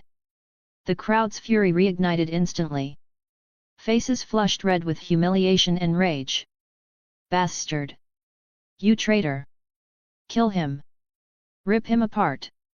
The divine light quietly withdrew. It was no longer needed. The mob erupted with far greater violence than before. What had been aimed at Charles not long ago now redirected toward their true instigator. The man was swallowed by fists and curses in seconds. The one who had come to judge the Black Wizard had become the sacrifice instead. And just like that, the crisis was over. "S sir, should we retreat?" Sir Plummer asked quietly. He no longer tried to sound fearless. None of them did. Charles did not answer. He wasn't watching the mob. Instead, he stared at the staff in his hand, eyes narrowed. Frowning. As if seeing something no one else could. Then, suddenly, he looked left. "Where does that direction lead?" Before Plummer could reply, a guard spoke up eagerly. "That's Flea Bottom, sir." Chapter 69, Chapter 69 Prayer. Chapter 69 Prayer. Merciful Mother, your humble servant begs for your blessing. Please watch over the children of this city. Children crushed by the greed of the powerful. Children forced to suffer beneath the weight of war. O gentle mother, please. With the staff in his hand, a long prayer echoed faintly in Charles's ears. The voice sounded like that of an elderly man. Yet no matter how he turned his head, there was no one in sight. The sound seemed to exist out of nowhere, like a hallucination. And yet, Charles knew it wasn't. Because the moment he loosened his grip on the staff, the voice vanished. And when he grasped it again, the sound returned. Flowing in from every direction. Exactly like the divine voice he had heard earlier. Only this time. It was not the voice of a god. It was the voice of mortals praying. May the warrior grant the children courage. May they face harm and hardship without fear. May they endure. May they survive. Leaving the dragon pit behind, Charles walked swiftly through the streets. The voices of prayer swirled around him, layer upon layer. And deep within his heart, a strange pull was forming. He should have been unfamiliar with this city. And yet, it felt as though he had lived here for years. Guided by something unseen, he passed through Flower Street, crossed rows of shops and homes, slipped past crowds of strangers, and soon wandered into Flea Bottom. Twisting alleys. Dirty doorways. Crowded poverty. At last, his pace slowed. O maiden, protect the fragile blossoms of this city. Shield them from defilement. Preserve their purity. Spare them from the cruelty of fate. May they grow to carry tomorrow within them. The streets beneath his feet were soaked in filth. The air stank worse than anywhere else in King's Landing. In one corner, a pig pen stood beside a shop selling brown stew. This was no mere slum. It was chaos-made architecture. A maze of poorly built yellow clay dwellings, some 1 story high, others 2, none rising beyond 3. Alleys twisted and bent at impossible angles, forming a labyrinth for the desperate to survive in. O crone, lend your wisdom to those who stumble in darkness. Please guide us to the path of light. Nothing here followed reason or design. Even Sir Plummer, who had spent years in King's Landing, was now hopelessly lost. He kept glancing nervously at a guard born in Flea Bottom, asking for direction. But Charles, who didn't belong here, walked with uncanny certainty, drawn forward by something only he could hear. O Smith, bless those of good heart. Grant them strength, and the will to endure. My lord, where exactly are we going? Sir Plummer finally asked, noticing how quickly Charles's steps were becoming. No answer. Charles walked on, deaf to the world. Or rather, his mind fully consumed elsewhere. Sir Plummer frowned. Did he not hear me? Just as he prepared to ask again, Charles stopped dead. So abruptly that the knight almost ran straight into him. Barely regaining balance, Plummer wiped sweat from his brow. Then he examined their surroundings. Nothing stood out. Narrow alleys. Filthy air. Mud-soaked ground. Only this small patch of earth looked oddly dry. As though someone had deliberately cleaned and maintained it. The owner at least knows how to keep things tidy. Plummer muttered. But just the same, he had no idea why Charles had stopped here. Nor what he was about to face. To everyone else, this place held nothing unusual. But to Charles, it was entirely different. Because the whispering prayers that had once sounded like hallucinations in his ears were now unmistakably real here. May the stranger guide the faithful away from death. May he bless the homeless and the lost. The aged voice drifting through the door was muffled and distant, nothing like the clear sound in his mind. And yet the devotion within it was unmistakably genuine. Charles listened quietly for a moment, then raised his hand and knocked. The wooden door creaked open at once. He paused in surprise, then stepped inside. And instantly, the muffled voice in his ears became clear and distinct. Before him was a small, spotless courtyard. Compared to the sewage-filled alley outside, this place was unbelievably clean and dry.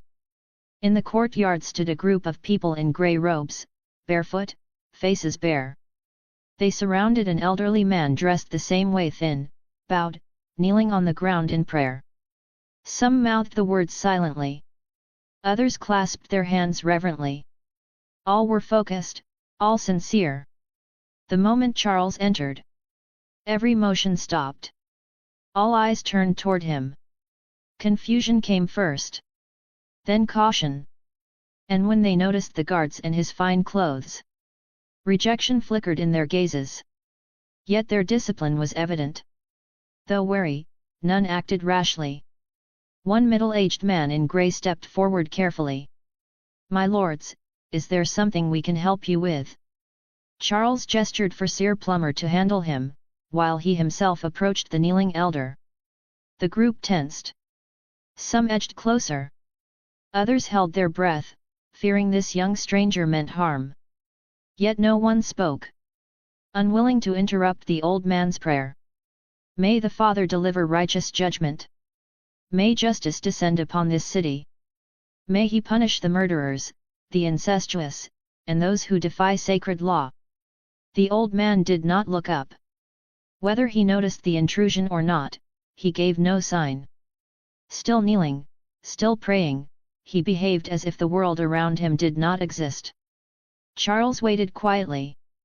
The staff in his hand which had guided him here had gone completely silent. The strange pull in his chest was gone as well. It had led him here, and then left him behind. So what, exactly, was special about this place? Or, this man? Why had the staff brought him here? Why him? And what, in the end, was this staff? Charles suspected the old man might have an answer. But he wasn't sure. At last, the prayer ended. The old man slowly lifted his head. "Hello, young man, how may I help you?" Grey hair. Grey eyes. A face mapped by wrinkles. Eyes sharper than they appeared. And yet, nothing else. However carefully Charles studied him, he could find nothing extraordinary. Even the eye of true sight confirmed it. A devout elderly priest, approximately 65-75 years old. He is confused by your arrival. He holds high status among the grey-robed followers. Nothing. After scanning the man one final time, Charles lowered his eyes to the staff in his hand. So this thing just leads people randomly. That makes no sense. He frowned. But before he could think further, the old priest's eyes suddenly widened. "You. I sense the Father's presence upon you," the old man said softly. "Child, who are you? The Father?" Charles froze for a split second. An odd sense of déjà vu washed over him. And just like that, the image of the red-robed woman flashed through his mind. Another holy fanatic? And he doesn't even know why I was brought here? Annoyance flickered across Charles's expression. And with that, he turned and walked away. Decisively. If there was nothing supernatural here, then it was pointless. For Charles, only power was worth his attention. Everything else was just trouble. So he left. Without hesitation. The grey-robed elder broke his composure at once. Rushing forward, he reached for Charles, but was blocked instantly by the guards. Some of the younger followers stepped in nervously, intending to help. But the old man stopped them. Then, clenching his fist, he shouted desperately after Charles. "Child! Please look around you. Look at this decaying world. Look at the suffering people outside. They need you." It was a plea. A cry for help. But Charles did not even slow. Instead, he walked faster. And soon vanished from sight. The old man stared after him, disappointment flashing briefly across his face. Then, he turned toward a man who had followed from the dragon pit. "That boy, who is he?" The man swallowed. "He's the mage, no. He's that wizard. The one from the legends. The old priest gazed up at the dark clouds overhead. A wizard? He murmured. Then, shaking his head, he whispered. Nonsense. He could never be a wizard. Chapter 70, Chapter 70 An Uninvited Visitor. Chapter 70 An Uninvited Visitor. You really stirred up quite a storm. Eddard Stark had just led his men off the drawbridge of the Red Keep when he ran into Charles returning with his escort. He let out a breath of relief when he saw him alive, then frowned and glanced behind him. What happened? A small discovery, but nothing too important, Charles replied, turning to glance at Sir Plummer. What about that man who confessed earlier? He was beaten to death, Plummer answered. Before he died, he kept muttering the name Canso. Looks like he was acting on orders. Again, that name. The two men exchanged glances. Looks like your old nemesis again, Charles said dryly. His ears really do reach far. Eddard sighed faintly. Littlefinger has spent decades in King's Landing. It's no surprise he has eyes everywhere. But you're right. Perhaps it is time I cleaned house in the Red Keep. As he spoke, Eddard's gaze flicked to the staff now in Charles's hand. A flicker of confusion crossed his eyes, but he didn't ask. He only nodded once, then turned and led his men away. With war looming, the city was drowning in chaos. Trials, uprisings, shortages, unrest. Eddard scarcely rested. The fact he had personally come running at all spoke to the seriousness of what had nearly happened. There was no time for more. Charles didn't linger either. He returned to his room in the Hands Tower. Nothing unusual occurred along the way. Either the enemy hadn't figured out how to respond, or hadn't realized yet what had gone wrong, or perhaps they simply didn't know what to do anymore. In any case, though his unseen enemy had caused trouble, they had also revealed themselves. A hidden assassin was dangerous. But an exposed one? Only a matter of time.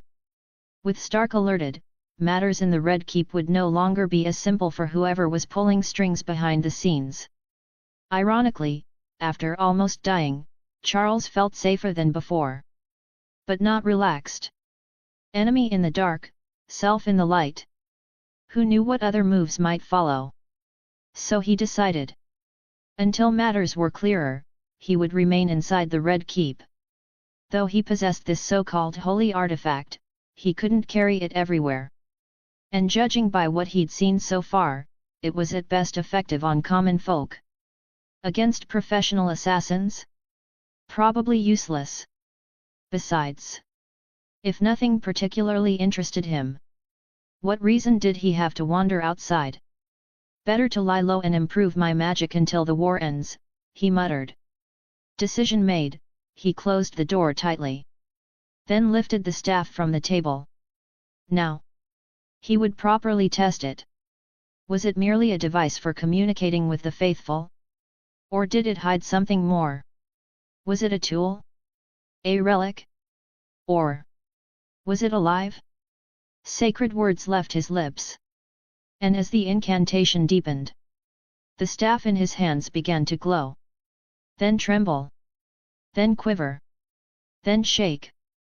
Until finally, the seemingly ordinary rosewood staff tore free from his palm and floated into the air. His fingers hadn't even been gripping it tightly. Yet it rose all the same. Slowly. Steadily. Past his chest. Past his chin. Past his eyes. Past his brow. Until Charles was left staring upward at it. Eyes filled with awe and naked curiosity. The moment the staff reached its highest point, it suddenly dropped like a punctured balloon, losing all its air. The fall was so abrupt that even Charles was briefly caught off guard. Thankfully, he reacted quickly and snatched it out of midair before it hit the floor. The crystal at the top did not look even remotely impact resistant. But the instant the staff was back in his grasp, something changed. A sharp pain shot through his palm. Startled, Charles hurriedly placed the staff on the nearby desk and looked down. An empty seven-pointed star had somehow been carved into the center of his hand. As he stared at it, the symbol glowed faintly with a pale silver light, then gradually dimmed, blurred, and disappeared altogether. Moments later, his palm returned to its normal color. The star was gone. As if it had never existed at all. Yet a translucent notification drifting across his vision left no room for doubt.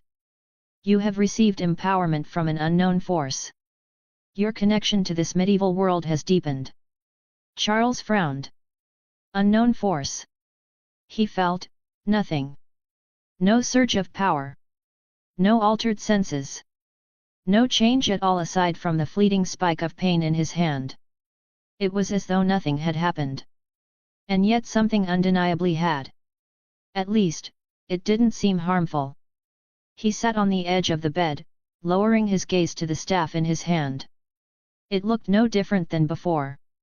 Only. It felt lighter. Barely so. But enough for him to notice. Has it bound itself to me? The staff hadn't been especially heavy to begin with, so he couldn't tell whether this was imagination or reality. Even the eye of truth offered no clarification. Is it an object? A living thing? And what about that voice? Does it think? Does it have something like a spirit? His gaze drifted back to the crystal orb at the top of the staff. 7 faces rotated faintly within it. The father. The mother. The warrior. The maiden. The crone. The smith. The stranger. All encircling the 7-pointed star. And in that instant, a thought struck him. When he had spoken the sacred incantation, that same 7-pointed star had been branded into his palm. So then, will the 7 faces appear next? How would they emerge? I've only used purification spells so far.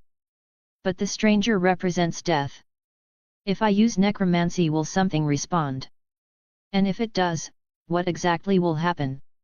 It was a dangerous idea. An tempting one. But just as the thought surfaced, a knock sounded at the door. Who would come looking for me now? Charles muttered, glancing at the darkening sky outside the window. A tense silence followed. Cautious, he crossed the room and opened the door. The moment he saw who stood outside, his caution transformed instantly into the desire to curse. Suppressing the urge with great effort, Charles said coldly, "Perhaps I should seriously consider the consequences of killing someone in this place." Kill someone? Before the man at the door could respond, a thin, trembling voice cut in from the side. "Lord Cranston, forgive my boldness, but King Stannis is not one of your northern soldiers." The speaker was a bald old man with a long white beard, someone Charles recognized, though not well. Grand Maester Pycelle, member of the small council. Estimated age, 75-85. Appears highly learned. Displays hostility and vigilance toward you. Charles had encountered him several times already and had long since noticed the old man's thinly veiled distaste. In truth, most maesters disliked magic. This one simply attempted to hide it behind manners. "Stannis may not be from the north," Charles replied quietly. "But he does believe in evidence." The implication was unmistakable. The old fox visibly shuddered and fell silent. But Charles had already lost interest. Instead, he turned toward the man who had knocked. "How did you even get into the Red Keep?" "By walking in, of course, wizard," the elderly man replied dryly. "That voice." Before Charles could respond, yet another voice spoke up, this one deep and booming. "So the rumors really were nonsense. I'd heard the Black Wizard could frighten grown men to tears with a glance. Yet you look more like the Tyrell Rose Knight than an executioner of souls." Charles turned. A short, thick-set man came into view, broad as a bull, with the body of a soldier despite his age. A travel-worn archmaester from the citadel. Approximate age, 60-65. Wears a Valyrian steel scholar's chain with occult sigils. observes you with curiosity and scrutiny. The old man grinned, revealing a mouth full of dark red, stained teeth. I've been chasing after you for quite a while now. And you are? Charles asked. The man spread his arms slightly. Marwyn. From the Citadel. Dash. Chapter 71, Chapter 71 The Real World. Chapter 71 The Real World. In the gloom of an underground cellar, a man and a woman stood in the corner, whispering as they watched a man tied to a wooden post, unconscious. Under the dim glow of an oil lamp, their shadows stretched and twisted along the walls. You must torture him, break him completely. Let him die full of hatred, so he becomes a vengeful spirit. The more resentment he carries, the stronger it will be. Then recite the incantation. Once you do, the wraith will kill anyone you choose, peasant or noble, it doesn't matter.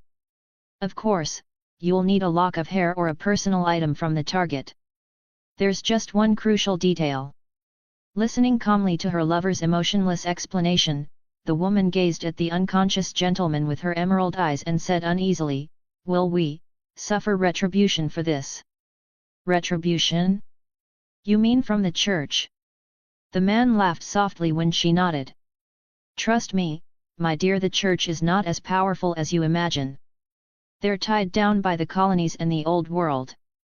They can't control everything anymore. And once our plan is complete, even the church won't matter. Dash.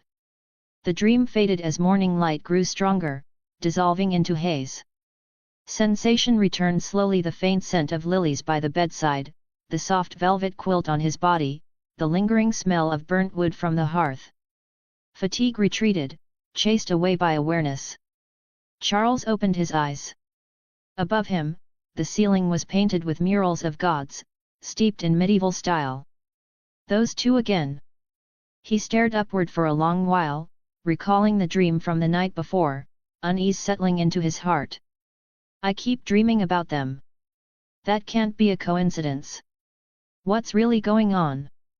If anything were wrong, the eye of true sight should have warned him. So, is it really just coincidence? Then why had the spell been so clear in the dream? Still distracted, Charles rose, dressed, washed, and stood by the window of the Hands Tower, gazing out over the Red Keep, his thoughts still tangled in the fragments of that dream. Lately, he dreamed of that man and woman constantly, talking, walking, being intimate scenes of a life that seemed so real.